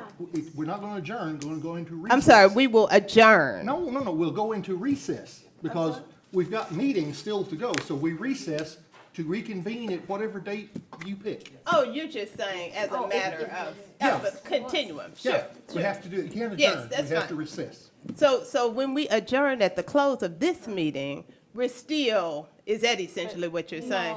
No, you cannot adjourn this meeting until we have done the last thing on the last page. Yes. Okay, if we leave before that, Right. we take a recess and come back at whatever date you want to come back. Sure. You get to establish the date. So what you're saying is it would actually equate to a recess at 10, and then we would then adjourn the meeting, or we would not adjourn. We would not at adjourn. that We time. would Okay. still be in Okay, session. gotcha, perfect. But then we will leave. Yes. We're all leaving. and we'll Exactly, come but back. we'll finish the agenda May when we 8th, come back. whenever we come back. Absolutely. Well, there's Perfect. 5 of us staying. Yes. We have a meeting anyway. Thank you. Sounds good. So at 10 o'clock p.m., we would recess, go into recess. Okay. So it's been moved and, yes. Just a question for the discussion part Yes, for this. for discussion, yes. For Ms. Wesley. So if this motion passes and we go home gratefully at 10, Okay. then when would we reconvene to complete the remainder of the meeting? So we would reconvene on, is that Our the next meeting. Is that the next meeting? May 8th. May- Reconvene on May 8th. Is that the next meeting? Yeah. That's the actual. That's perfect. So Yes. a question that I would have for that would be. Yes, are- go are- ahead. Yes, and Yes. it probably is a question for Dr. Wright, which is, are there items here which are time sensitive for which May 8th would be problematic for us to resolve? Excellent question. I think everything on here is, except with the exception of the MAGPIE. We're gonna put off the interim presentation to another time, but we actually have a guest who's here from out of state for the MAGPIE presentation, so that needs to happen. But the rest of them, all of the, I'm not gonna. Yes. Oh, yes, I forgot, yes. So that's really only 7. Okay. Or the other thing we can always do is just, you can call a special meeting for us to come back and finish up Okay. the rest of the business. So But 10 because- o'clock is perfect. Yeah, 10 p.m. because we actually only have 7 point, but we have 6.2. Isn't that correct? Let's look. So. We have 6.2. We're gonna potentially, yes, at this moment, yes. We're gonna move to 6.2, skipping 6.1, and then move through 7 and see if we can move through that. And if we cannot, then we'll have to reconvene and call a special meeting. So- Is that? So, Ms. Wesley, I guess what I would perhaps request is, in due respect of our guests and all, to take care of that, if there is something that is time limited, I wonder if we can adjust the order of our agenda to try to adjust, to take the thing which is most pressing. And I would agree with my fellow board members that if it's pressing, and if May the 8th feels too late, and if we needed to meet next Thursday, in order to do it, and if that would be acceptable, then I'd be open to that, because I know some of these are they're pressing, but they're also weighty, and I don't want us to, to feel like we're making, rash is a good word, yes. Okay. Absolutely. Okay. So it's been moved and properly second that we will recess at 10 p.m. Yeah. It's It been came from over properly here. second. It was a second over here, yes, ma'am. It's been moved and properly second that we recess at 10 p.m. 10 p.m. All in favor? Aye. Aye. Any opposed? Okay, all right. The motion carries. I want to come back. Yes. So we're moving on to 6.2. Yes. Good evening, board members, Dr. Wright. Excited to share with you. Point of order. We can't just skip something in the agenda. We have to move to change the order. We cannot do 6.1. Okay, so we could, no, I was thinking we had to have a, but we just talked about moving things around and all of that just a moment ago. So if we have to change, if we have to make an order or a motion to be able to modify the agenda, what then? I move to change the order of business, Okay, skipping 6.1 and saving it for the next meeting. okay, but there are some more. There are Oh, there plenty are more. more. Yes. So that's why we were just cutting. I So wasn't if we listening. need to What go else we're gonna down the skip? list. Okay. Ten o'clock, so So we even get the 10 order. o'clock's gonna run off with us trying to decide what else we skipped. Well, you. I'm all for it. I love to be here. 6.1, go ahead. What other one? 6.1? Go ahead. We have to do the audit. Audit should be done. Audit in the has to next be done. regular- It's supposed to be Yeah. by law. before State law. Yeah. I read it. Wait, what is he saying? That Okay, was so tell us, what can we alleviate? That's what I need. I can tell you what I need approved. We can skip the financial report if we do it in the next meeting, because we're gonna recess, we're not going to adjourn. It's gonna be the same meeting. 6.1. All right, good evening. From the financial aspect on the 7, Okay. so financial reports can be skipped. There's no hurry on that. Regulatory financial audit, the statements, I have to have it approved by state law at the next regular board meeting, which this is it. 7.2 you need. 7.2. Okay. Also the 7.3, that's a time sensitive for our chillers at Pinnacle View. Okay. And I have one more, which is, they quick 7.4, the RFP for the lease purchase of our new buses we currently have. So we're scheduled to close that on tomorrow. So we can skip 7.1, 7.5, is that We're correct? not gonna talk about the budget reduction, right? No, like we should talk to, and that should be a work session, so we could really work on that. Honestly, the grievance appeals is like happening like right now. We need that. I'm sorry. Okay. So we need 6.1, Well, we can't vote 7.1, on and that. 7.5. Yeah, we haven't even worked on that. 7.1 and 7.5 Well, are it should have okay. been, it should have, are there any? 7.1. Okay, ladies. Just If I jump off, Well, we're if definitely I jump not off the fence, kindergarten. will it break my neck? Okay. I can just be done with Okay, it. okay, so I'll entertain a motion. 6.1 and 7.1 can be pulled, I understand. I move that we alter the order of business to move 6.1 and 7.1 to the second half of this meeting, which will be conducted on the 8th of May. Is that correct? Is that what I'm supposed to be doing, the 8th of May? Are we calling a meeting for a night of just a special meeting on a night? Or are we moving it to the 8th of May, or are we going next week? It really, May 8th is what we're shooting for. However, if it is indicated that we need something sooner because it's time sensitive and perhaps we did not be a- plan for that, then that'd that be a would special be. meeting. Yes, that would be a special meeting that would be called. Okay, so could you state your main motion? I'm sorry. I move that we change the order of business, placing 6.1 and 7.1 into the meeting that's scheduled now, the continuation of this meeting, which is scheduled now for May 8th. Okay. And if there's anything else comes up, that's separate. That doesn't have anything to do with my motion. Okay, it's been moved. Any second? Is there a second? Second. It's been moved and properly second that we Change the order of business. change the order of business, moving 6.1 and 7.1 to the second half of the meeting that is now scheduled for 5/8/25 unless otherwise advised. All in favor?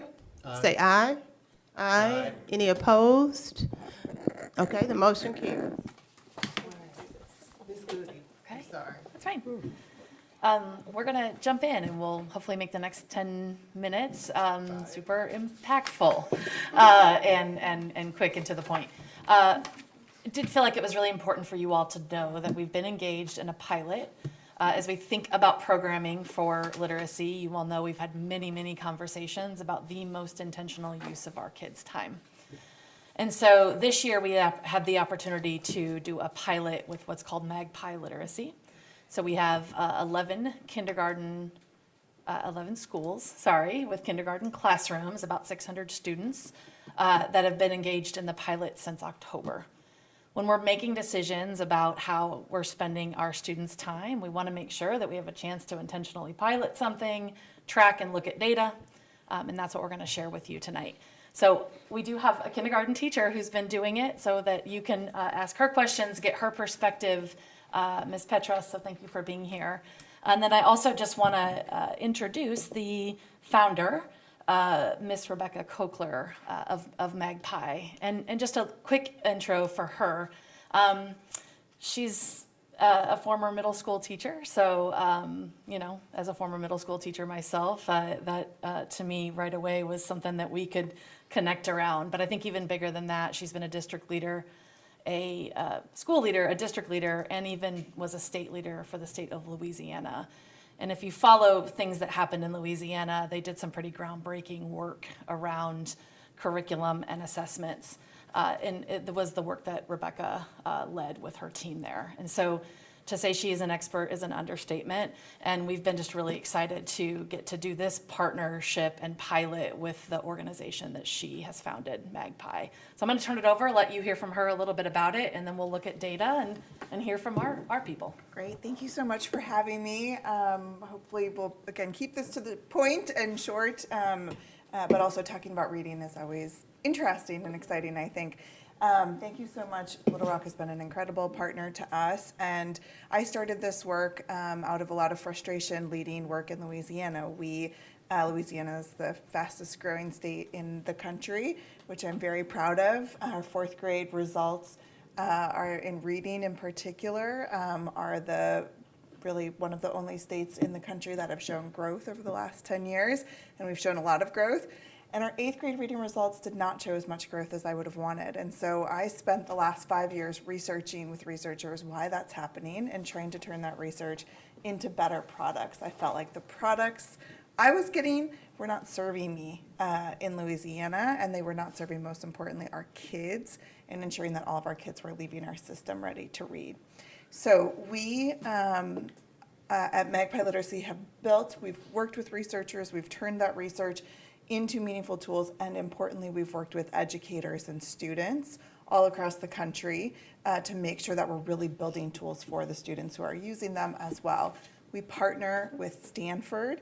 There's a lot of conversation here about meaningful data. We believe it is so important to have meaningful, valid data in our tool so that we really know if it's working for students. Our own internal data is not sufficient because we can and are likely to show progress on what we build, but we build in an externally validated assessment to make sure our tool is really working for kids and to better understand it and to continue researching it over time and constantly making it better. We're a nonprofit, and so all of our work goes into improving and constantly trying to figure out how to serve every student who's coming to us. We focus on literacy instruction. Our mission is to eradicate illiteracy in our lifetime, and we focus on really building beautiful and precise instructional tools that help make teachers' jobs possible, allow teachers to do what they do best, which is read books and talk about them and write with their kids. And we can help figure out which students need the most support, give them very targeted support in really instructionally precise ways. We try to make our tool very easy to use for teachers. Teachers have a lot happening. We want their training focused on the things that they most need to do. We want our tool to be self-directed for students and for families, and to ensure that every student, no matter if they have a new teacher, if they have a substitute, if they're at home, they're getting the best, most research-based way to learn how to read. I'm not going to go through the videos because they're there for you all and you can see some of the examples that we have. And these are just a couple of headlines. Again, we're working with 11 schools, about 600 students. I want to highlight Some of the results that we saw, this is just halfway through the year. Again, we did a free pilot with you all. We always make sure we do free pilots. We really want to ensure that we have results before we look to scale in a district. And again, this data is not from our internal tool, it's from the externally validated ROAR assessment from Stanford. So we saw significant growth overall, just beginning and mid-year overall. But very importantly, for the bottom 50% of students in schools, we saw a really large effect of learning. So a big growth between beginning of year and mid-year. And this is really critical. We're talking about kindergartners and ensuring that they leave kindergarten with the foundation of reading skills that they need is really essential for long-term success in reading. This is another component of the ROAR assessment overall. Again, we saw growth overall in the system, but again, very large effect for the bottom 50% of students in the schools that we worked with. Thank you. Rebecca? So just for context, it is an online supplemental tool. So we are not looking to add, we are actually looking to potentially, with your approval, use Magpie instead of Lexia in K-2. And of course, those proposals and things will be presented to you. Wanted you to hear first of all about the actual pilot and how it went and give you a chance to ask questions.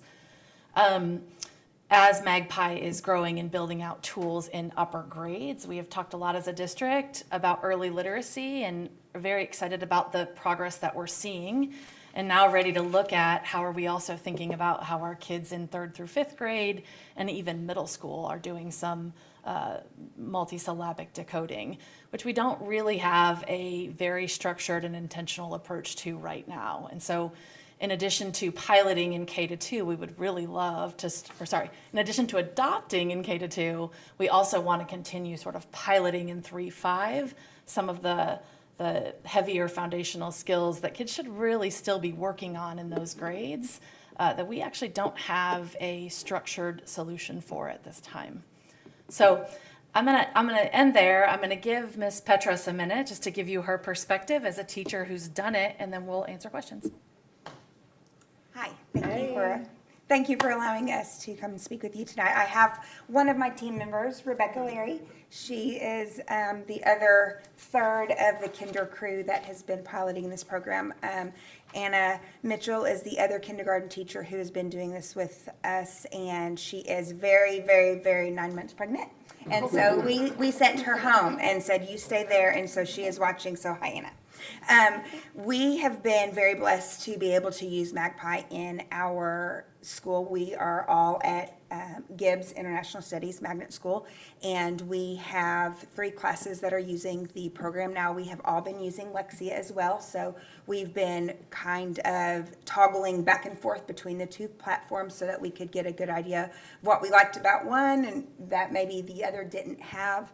And I kind of want to preface this with, I've been in education for quite a while. I've been teaching for over 20 years. I hold a master's degree in curriculum and instruction. I hold a master's degree in gifted education and a bachelor's degree in early childhood education. And so I've been teaching reading for a very long time. I've done everything from, immerse the students in reading and read them a book and they will learn to read, to just teach phonics and suddenly they'll understand exactly what you want them to know from the book. You don't have to teach them how to comprehend, and neither one of those things are true. You have to have a little bit of everything. And so what we have found, and I think what Becca would echo, is that the one thing that we latched onto very, very quickly with Magpie, and again, we've just been using it since about December, I think. Hard launch, as the youth say, was that it has a phonemic awareness piece that Lexia does not provide for our students. We, of course, teach phonemic awareness, and it is something we do small group, but the state has not adopted a phonemic awareness program that we teach whole group anymore. We had Hegarty that we were teaching, and we no longer teach that whole group. We do implement it within small group, but it is not something that is a tier 1 instructional model anymore for Little Rock School District. And we very, very quickly found that our kindergartners were missing that. And we very, very quickly found that our writing, even in our high functioning, high learners, I hate to use the word high, are very skilled learners that came to us with a lot of things. They started underperforming because they were missing that phonemic awareness piece. Phonemic awareness is not tied to the alphabet. You know, we had kids that came in, they knew all of their letters. They knew all of their sounds. That's not what phonemic awareness is about. It's about actually figuring out how to bridge that gap, how the underlying pieces of that work. It's not something that is innate. It is something that has to be taught systematically and explicitly. And Magpie does that, whereas Lexia does not. I don't dislike Lexia. I've used Lexia. It gives me a lot of good data. And to be honest, there are still some pieces that Magpie is working on to give me the same data that I get from Lexia. But the really cool thing is that we're there from the get-go, from the bottom floor, and they have asked us, what do you want? What do you need? So we're getting to tell them, we really need to know this about our students. And they are rolling it out and getting us that information as quickly as possible. So we're on the ground floor of getting really detailed data about things that are really important to us as classroom teachers. We have been saying for as long as I can remember, nobody asked us, nobody asked the teacher what they wanted. They give us this, and clearly nobody asked a teacher. Well, finally somebody's asking a teacher, and we're telling them what we want, and they're giving us what we're telling them we need. Phonemic awareness has been proven to be one of the most important pieces, one of the most important foundational pieces of reading. There has never been a study done that has shown high phonemic awareness and low reading performance, ever. And so if you can say that, you know that phonemic awareness is where it's at. And if you have 3rd, 4th, 5th graders that still are missing that piece, they're going to be struggling readers. This is also very important. This piece is very important for our ELL students, English language learners that come to us, and they're not only trying to figure out how to do school and letters and sounds, they're trying to learn a new language. They're learning English as well as how to read and write. And then we have our low socioeconomic groups, which is what we were showing you in the data. We showed growth, but we showed significant growth in groups that were lower performing. And typically within our pilot group, at our school, those were our lower socioeconomic students, because they typically come to us with a lower vocabulary, less books in the home, things that Little Rock School District is already trying to rectify, and this is just another piece that can do that. And so we really feel like that Magpie is something that can help us bridge that gap, unlike Lexia, because if nothing else, that one piece, that phonemic awareness piece. And I really encourage you, if you haven't had a chance to look at the videos in the presentation, that you do so, because what you're going to see is you're going to see real people. It's not cartoon characters. It's not silly things. It's not things that are distracting or overstimulating for students that may have difficulty with that. It's real people that look like them, that sound like them, that talk like them, and they can see their mouths. And when you come into a classroom of students using Magpie, they're leaned into those computers. They have those headphones on. They're trying to make those sounds. And it's a miracle, magical moment when you have a kid that finally figures out how to make that sound. And then when they sit down to try to write that word, they make that sound and make that letter, and that connection happens. And that's what we're seeing in our kindergarten classrooms. So I would encourage you to look at the videos, ask questions if you have them. I'll try to answer what I can from a teacher's perspective. I know they've got all kinds of stuff that they can tell you, but we think it's worth giving a shot. Let's have questions. Yes. Can you repeat Questions? that? It Ms. was Johnson.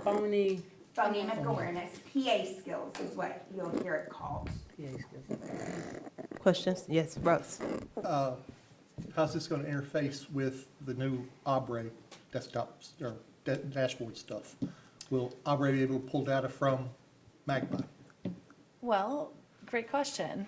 I absolutely, so right now, we're getting the data in the ROAR platform, but I don't see any reason why we couldn't pull that in. That would need to be a conversation. I can't say that we have confirmed that those two talk to each other, but I could easily see that. Yeah. They ought to be able to. Yeah. Okay. Yeah. More questions on this end, you guys? Questions on this end? Adams? Yes, sir. Thank you very much. Y'all just proved the point we talked about earlier about how important data is and how it helps us. So can you speak a little bit, and thank you for the kindergarten teacher perspective, so helpful. Can you speak a little bit about the hypothesis, at least, about why the impact is so strong on those lower performing students? More than the other performing students? You know, Rebecca's the researcher, so I'll let her add on to what I might not say, but I think just in, you know, in practice, when you think about I always say the at-bats, the practice opportunities that kids need to get a skill, they're getting to do it so many times within Magpie. You know, as Ms. Petrus was talking, like, kids are practicing, they're seeing another person's mouth move, they're practicing doing that, they're you know, putting information into the platform, it's adapting and responding to what the students are putting in. And so I think it's that, you know, it's the feedback, it's the way that they're practicing multiple times, and that's just super hard for one teacher to do in a classroom, right? You know, they're trying to spread themselves out to get to every kid, and I 100% believe that's their intention. And it's almost impossible to do. And so, you know, I think, and I don't know from a research perspective if you know, what you would add. Yeah, I'd say that's one of them. So the average student, it takes about 15 to 25 practices to build the neural pathway as you're building letter, sound, correspondence, and phonemic awareness when you're learning to read. Some students will need upwards of 60 practices. Some students will only need 5 practices. That's totally fine. All of those are in the completely normal range. Our brains are just different. And so part of what we're trying to do is figure out how many practices does a student need, and we can give them that number of practices that's right for them. So we can be more efficient with students who can move through different portions faster. We can keep kids in certain practice spaces more when they need it. And most students don't need 60 practices in the whole sequence. They might need it for certain portions of it. And so we can be really precise. That's so hard to do as a teacher in thinking about giving a student 60 practices in a class and really knowing that it worked is really, really hard. That's definitely one. The other is that you have to put skills together when you learn to read. You learn skills in isolation, but if you just practice them in isolation, most kids can't transfer that to actually reading books. We help them practice in isolation. We bring the skills together to practice together, and then they apply them in books as well. So we do the whole sequence of learning to read, which we think is really important, especially for struggling students who sometimes will struggle the most with the transfer into books. Those are a couple of reasons why we think for that group, we do some unique things that are really, really critical. Okay. Yeah. Thank you so much for the update. We're good. Yes. I just have one. With some of our other schools, how are they faring outside of Gibbs, which I do love Gibbs. So outside of Gibbs, how would, say, a Stevens Elementary fare?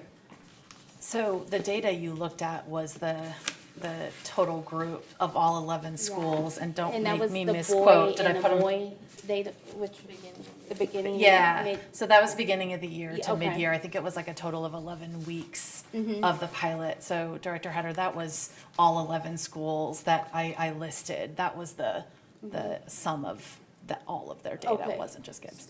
No, my question was, how is, say, Stevens faring with all other 10 schools? Like, are you able to say, look Yeah. at each school and Yes. say, that was my question? Yes. So, okay, so I'll redo it, the question, and say, out of the 11 schools, were there any that needed more, just like you spoke about 60 times, sometimes you have to hear it 60 times. Were you able to gauge that by looking at those 11 different schools? You're asking, were we able to gauge how many practice opportunities they needed? The level of assistance, the supplemental level. Yeah, what we can see is by student, actually. So I don't know that we noticed individuals, schools, like being slower on the progression, but one of the things we look at is how much time is the student spending, and is how quickly are they moving based on how much time. And so let's say 4 kids all spend an hour a week on it. Do they all move at the same pace? No. And that's where we know we're adjusting for differences based on needs. So I don't know that we looked at it by school, but we look at it by kids a lot. Very good. By individual students, yeah. Good job. And you guys did a really good job at presenting. Thank you to the kindergarten teacher. Thank you so much. Really good.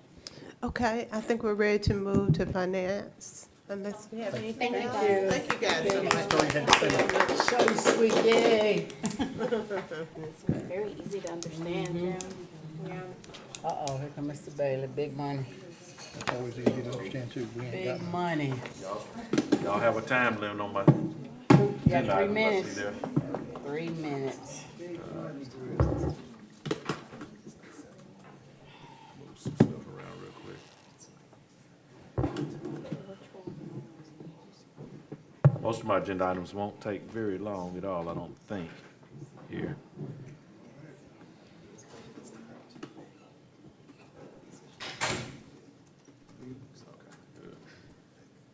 All right, good evening. Y'all ready to get started? I think we're gonna be starting on 7.2, right? Very good. All right, good deal. Our fiscal year 2024 regulatory financial statements and legislative audit report exactly was released. I think it might have came out the day of the last board meeting, but this is the first regularly scheduled board meeting, so we'll go over it. Before you're gonna have a summary out here. This kind of outlines what's all in the actual legislative audit report. I'm gonna be pulling the actual report up on the screen here shortly. Let me get my notes on my iPad here real quick. Just a point of privilege, just thinking through, I know we have 30 minutes coming up, just really thinking about calling a special meeting next week because specific to the board, the reductions of specifically, I know that's not something we want to rush through. So I know that, I'm sorry? Absolutely. So I just want to put that on your mind that next week, that's my thought. Would it be a work session or is it something for approval? Special for approval for the, Be continuation of this. yeah, be the continuation, yes, ma'am. So, is it something that like okay, question is, will that be the only item? Well, it depends on what we, yes, just depending. Depending on, Yes, ma'am. Well, but definitely that one is my thought, especially. that would be the top You heavy know what I one? mean? Yeah. Okay. So I thi- just don't want to rush through that, yeah. Okay, that's 7.5 you've been talking about, right? I'm gonna try to get through these 3 I have here. So the legislative audit report, if you get to the gist of it, is we had a clean audit report, but I wanna walk you through the actual report, which is actually posted online as well. So if you have this summary here, but I'm gonna be pulling, I can't put both screens up, I'm gonna be going actually to the actual audit report there. So basically on here, the independent audit report actually starts on, and I'm saying 3 to page 5 is of the PDF. So if you open the PDF that's attached there, if you go to page 3 over here, not necessarily number 3 down here, but actually page 3 of the actual PDF, you're gonna see the basically independent auditor's report there, and it has opinion there. It's gonna talk about an unmodified opinion on regulatory basis of accounting. Based on state law, our financials are arranged in what's called regulatory, statutory regulatory basis of accounting, which is outside of the general accepted accounting principles, but that's state law. So typically they have to give an unmodified opinion on that because it doesn't follow the usual GAAP financials, but it's required by the state on how you actually do it. But pretty much in here it says in their opinion, I mean, there wasn't anything outside of how it's actually arranged for regulatory that was of concern, no audit findings on that. As you roll down here, you're gonna see our responsibilities along with what the audit responsibilities are typically for this, and this is where you're gonna see this base of adverse opinion on U.S. General Accepted Accounting Principles. So it kind of highlights that. And there's a lot of notes in there. If you go to note 1, it'll talk about those principles as well. Goes through and talks about our management responsibility. We're responsible for providing all the financial statements for them, any requests they have, whether they're looking at fixed assets or whatever it might be, and providing all those those things that the auditors actually request. And then it gets into talking about what they're responsible for. The next portion is gonna get, once you get to pages 6 and 7, we'll scroll down here, you see 6 over here on the side here. This is actually independent audit report. It talks about internal controls, and basically internal controls are measures you put in place to catch any fraudulent or make sure that your financial statements are reported according to, according to the regulations that you have to follow by state and federal guidelines. So in this instance, they found no deficiencies in our internal controls. So they don't look for the effectiveness, they just look for any significant or material deficiencies here. And you will see the results right here of our test disclosed no instances of non-compliance and other matters that are required to be reported under general auditing standards. Y'all stop me at any time. Page 8 and 9, that's our independent audit report on major federal programs. So you have your regular audit report, you have a report over internal controls, and then they actually look at federal programs, which that's another one, because we have a lot of federal programs out there. The big part you want to see on the report on compliance of each major federal program, and they have a list out there as well. I'll just bring you to the big part here. In our opinion, the district complied in all material respects with the compliance requirements referred above that could have a direct or material effect on each of its major programs for the year June 30th. So we didn't have any non-compliance based on our major federal programs that were audited through there. And you can read through that a little more detail, and there's a lot of financials going through here. But you have that summary to kind of highlight and go through and kind of show you those different items that I thought were important for a normal user to kind of look at.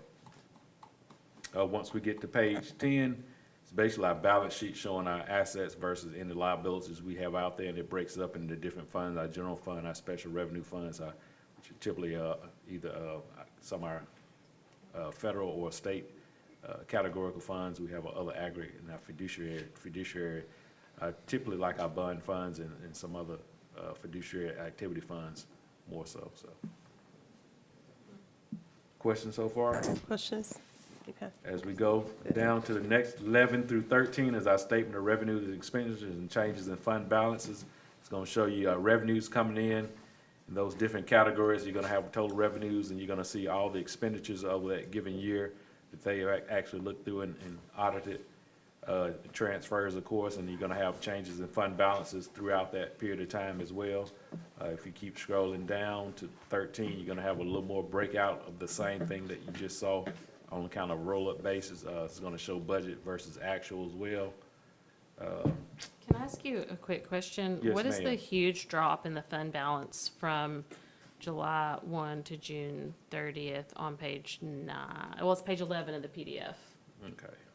We're from 122 million to 12 million. Let me see. The others look like, I mean, they dropped significantly, but not.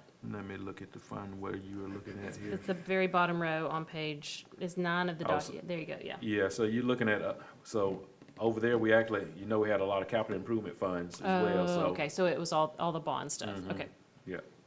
gotcha. We typically, our Thanks. fund balance never gets up to 100 million, ever. So you just Yeah. you just pull that money out and then you spend it down? Yeah, Okay. yeah, so that's, Yeah. yeah. So you have, once we get that money in, you have a large fund balance in that. Of course, we'll see that in financials on May 8th. But as we move down, notes to the financial statement, that's basically 14 through 24. Those, I'm gonna get to there. So there are some good notes out there. So if you want to know a little bit about the financing or just different notes related to school financing, go through all these notes, 14, pretty much pages 14 through 24. You'll see a lot of different bases of accounting. I'll get to some that property taxes if you have. I mean, it tells all about this as far as what you may be seeing on a monthly basis and what they're looking at as well. So I'm gonna go down to the highlights, which are page 25, which is our capital, should be our capital assets here.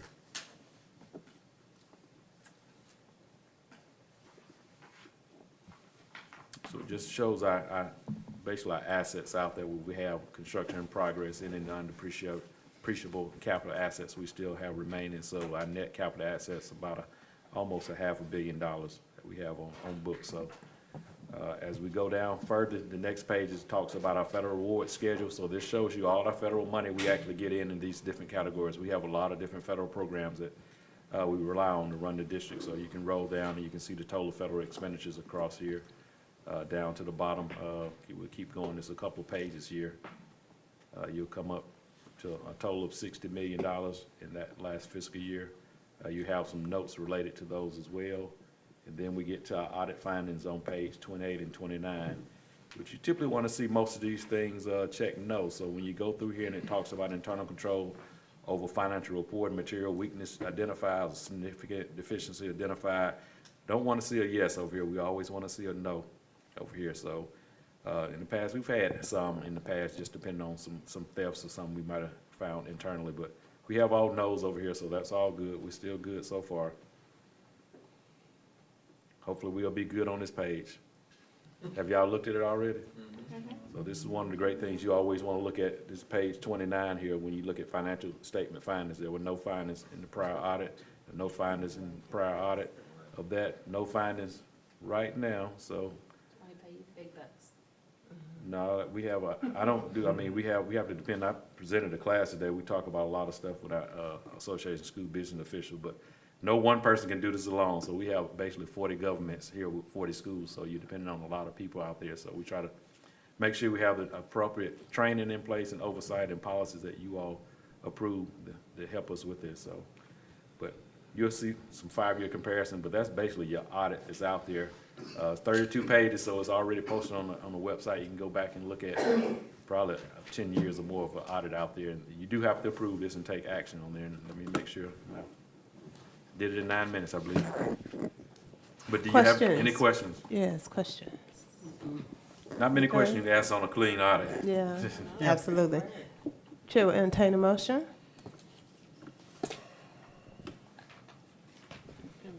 I move that the LRSD Board of Education approve the fiscal year 2024 regulatory financial statements and legislative audit report for the year ended June 30th, 2024 as presented. Second. It's been moved and properly second that the LRSD Board of Education approve the fiscal year 2024 regulatory financial statements and legislative audit reports for the year ended June 30, 2024 as presented. All in favor? Madam President, Yes. this is a serious matter. I suggest we call the roll for the vote. Sure. This is a serious legal matter. Absolutely, absolutely. Ms. Will you Metzger, call would you the, call the roll, yeah, will please? you call the roll, ma'am? Director Strong? Yes. Director Wesley? Yes. Director Mason? Yes. Director Calloway? Yes. Director Hatter? Yes. Director Johnson? Present. Yes. Director Adams? Yes. Director Bali? Yes. Director Rose? Yes. Legal Motion matter carries. needs Yes, no problem, absolutely. Thank you. Thank you. All right, great job. And All we're right. moving to 7.3. 7.3, LRSD invitation for bids F25-007. It's chiller replacement at Pinnacle View School. So, got 5 to 10 minutes. It won't take that long, I don't think. So, these is one that we've had some neighbors. Of course, we're building a new Pinnacle View High School over there. So, had some complaints about the noise over there in the past. So, one of the things we discovered that one of the chillers were failing. Well, both of them actually failing. We found metal shavings in that. So that was causing some of it to be a little bit louder than usual. Really hadn't planned on these. I think these chillers maybe 8 years. We've replaced these twice since we had Pinnacle View. One of them was based on one of the freezes. I forgot what year, but they burst some coils and stuff. So we replaced that, and these have failed after about 8 years. So hopefully with this, we're going to keep these 10. They're not engineering stuff to last as long as they did years back, but this was an invitational bid. We have to replace these. There's some longer lead times on this, so it may be fall. So we want to make sure we can get these ordered and in place. And we are kind of limping by with one now. With tariffs and everything else going up, that's why it's critical that we get this approved, because everything is going up almost weekly or nightly on that. So what you have before you, we've had a construction approval form that came to Dr. Wright from our Division of Public School and Academic Facility Transportation. We actually received 3 bids on here. They were fairly close here. The winning bid was $1,505,742. The next one, you can see about $150,000 between, we had 4 bids, sorry, there. So we have the low bid here, which happened to be Milton Heating and Air. Go back over there. So this is always on our electronic bid, so you have everything there. So we want to move forward as quickly as possible. I'm sure they're watching tonight. I told them we would get approval hopefully tonight so we can move forward with this order so they can get everything placed and en route. So that's going to help out. Yeah. They've gone to bed by now. No, they're watching this one. I can guarantee you they're watching this one, yeah. Because we got to get it rolling tomorrow. And then what's the warranty on these? You don't have much warranty on commercial stuff, maybe a year. Wow. There's not much on commercial. But hopefully this is gonna last, beyond my rest of my career in Little Rock School District. We'll see if they go back out. No, they shouldn't in no time. They'll be much quieter as well. Make a note. Make a note of that, yeah. Hopefully not. I mean, major freezing, we typically don't lose much to this, but vandalism, we usually lose a lot to vandalism, so we hadn't had this over there, so. All right, that's been Entertain a motion. 4 minutes. Very good. I move that the LRSD Board of Education award the contract to Militant Inc. in the amount of $1,505,742.00. Second. All right, it's been moved and properly second that the LRSD Board of Education award the contract to Middleton Incorporated in the amount of $1,505,742. All in favor? Sorry, what was the second? Yes. The second was Rose. Rose? Yes. I'm sorry, I'd already forgotten. All in favor? Aye. Opposed? Motion carries. All right, the next one, I don't know if we have board policy, but I always bring any lease purchase agreements or financing before the board. I've had since I've been here. So this is basically the purchase of 8 buses. We have 25 coming in, but we've gotten behind on our diesel purchase as well. We typically try to rotate these buses and have them no more than 10 years old. Some of them are beyond that, so you start replacing costly items here. So these are the 8 buses that we're gonna be taking out of service here. We've already taken 25 out based on the EV buses. If you go on by the 21st Street lot, they're doing a lot of renovations on that parking lot to get prepared for our EV buses to be received. So they should be coming in, I guess it is a lot of part of April, a lot of part, maybe early May. These buses are actually arrived already, so we actually, in the past, we've actually purchased these just with funds out there, but since funds are low, we had to go out for financing, and we'll pay it off over the 7 years, so costs a little money, but we don't have to come out of, the total amount at one time. So, and these are all special need buses. They are over a lot. They have lifts, air conditioning, everything, all that. So this is all our buses. So you see some are beyond the 10-year age here. So we tried to get as much use out of them as possible. So they get to a point where they're mechanically not fit to really be rolling on the road as much. So They're special ed buses, so they're smaller, right? Are these? They're not the short buses. We typically don't buy too many of the short. We typically buy pretty full capacity because in the back, you typically take out rows of seat to get wheelchairs in. They have lifts and stuff, but they're good size. So Well, that brings my next question up then. Are these diesel or gasoline? Diesel, only diesel. We don't buy any gas yet. Okay. Only diesel. Are these an American purchase? I can't tell you if they were Baba. We have the buses in hand. Typically, these buses, we've had to order them about a year in advance. So the last one took a year and a half. With the war of Russia and Ukraine, a lot of the seats and parts were made in Ukraine. So, I mean, it hindered you getting a lot of equipment. So we're fortunate to have these buses in hand. I'm not sure how long it's gonna take you to get a bus now, so. But we did get 3 bids out there. Our actual bank, we bank with US Bank, actually is a low bid. It was fairly close here, within a few $100s of what they're gonna charge us for that, over that 7-year period. So, I mean, the interest rate's fairly low. But we do have a master service agreement attached here that I have to execute later on.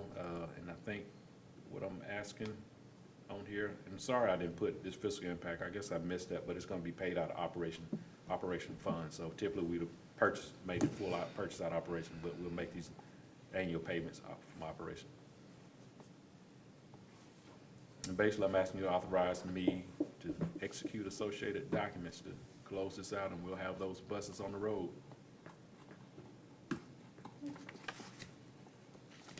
Entertain a motion. I move approval of the administration's recommendation that the board award the lease purchase agreement to U.S. Bank Corp. Government Leasing and Finance Incorporated in the amount of $176,477.02. And authorize the chief, him, to execute associated documents. Second. It's been moved and properly second that the LRSD Board of Education award the lease purchase agreement to U.S. Bank Corp. Government Leasing and Finance in the amount of $176,477.02 and authorize the Chief Deputy Finance and Operations Officer to execute associated documents. All in favor? Aye. Any opposed? The motion carries. Right, are we pausing on this one? Yeah, I'd like to entertain a motion specific to 7.5 to modify that agenda item to be moved to the remainder of the meeting, the second half of the meeting, because of the extensive nature of it, specific to the budget reduction. Yeah. And I think it's gonna take more than 30 minutes anyway. And perhaps the policy and criteria for grievance appeals as well. Okay. What are your thoughts? Sounds good. So it could be Okay. 12 minutes. Could I entertain a motion for that? I'll Yes. make a motion that we. I'm sorry. I had a recess. comment before we. Okay, well, can you do it in the discussion? Well, I make a motion that we move 7.4, 7.5, and 7.5. 7.5 to our next board meeting And 9.1. in 9.1.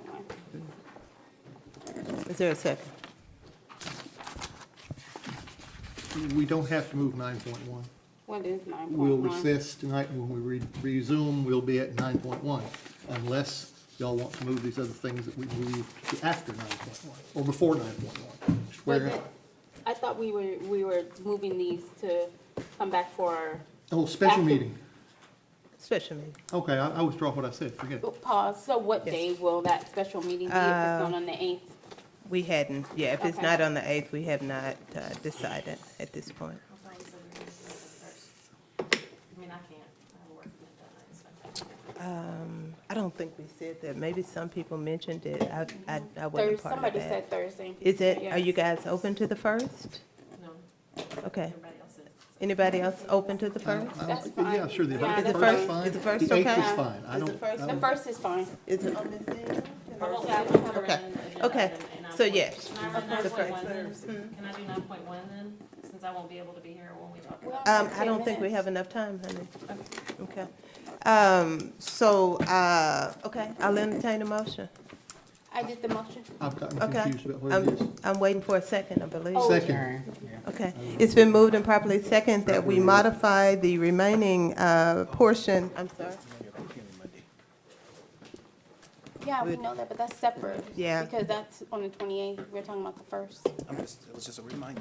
So the folks Why know. don't we do a special meeting before I No, do that? no, no. You got 2 hearings, that's probably. No. gonna Okay, yeah, it's gonna be too long. Can we Okay. thumb wrestle for it? There's a motion. Okay, it's been moved that we modify the remaining portion of the meeting, agenda item 7.5 and 9.1, modify the rest of the meeting to move to the special Meeting on May 1st. meeting on May 1st, to resume the meeting at that time. Yes. All in favor, say aye. Aye. Any opposed? No. Okay. The motion carries. Are we in recess So, now? yes, if no one opposes, then we will stand recessed. Sit here 9 more minutes, it doesn't matter whether anybody opposes or not. Say it again. Oh, in 9 more minutes, it won't matter? No, we Okay. don't need to sit here 9 Okay, minutes. we don't need to do that.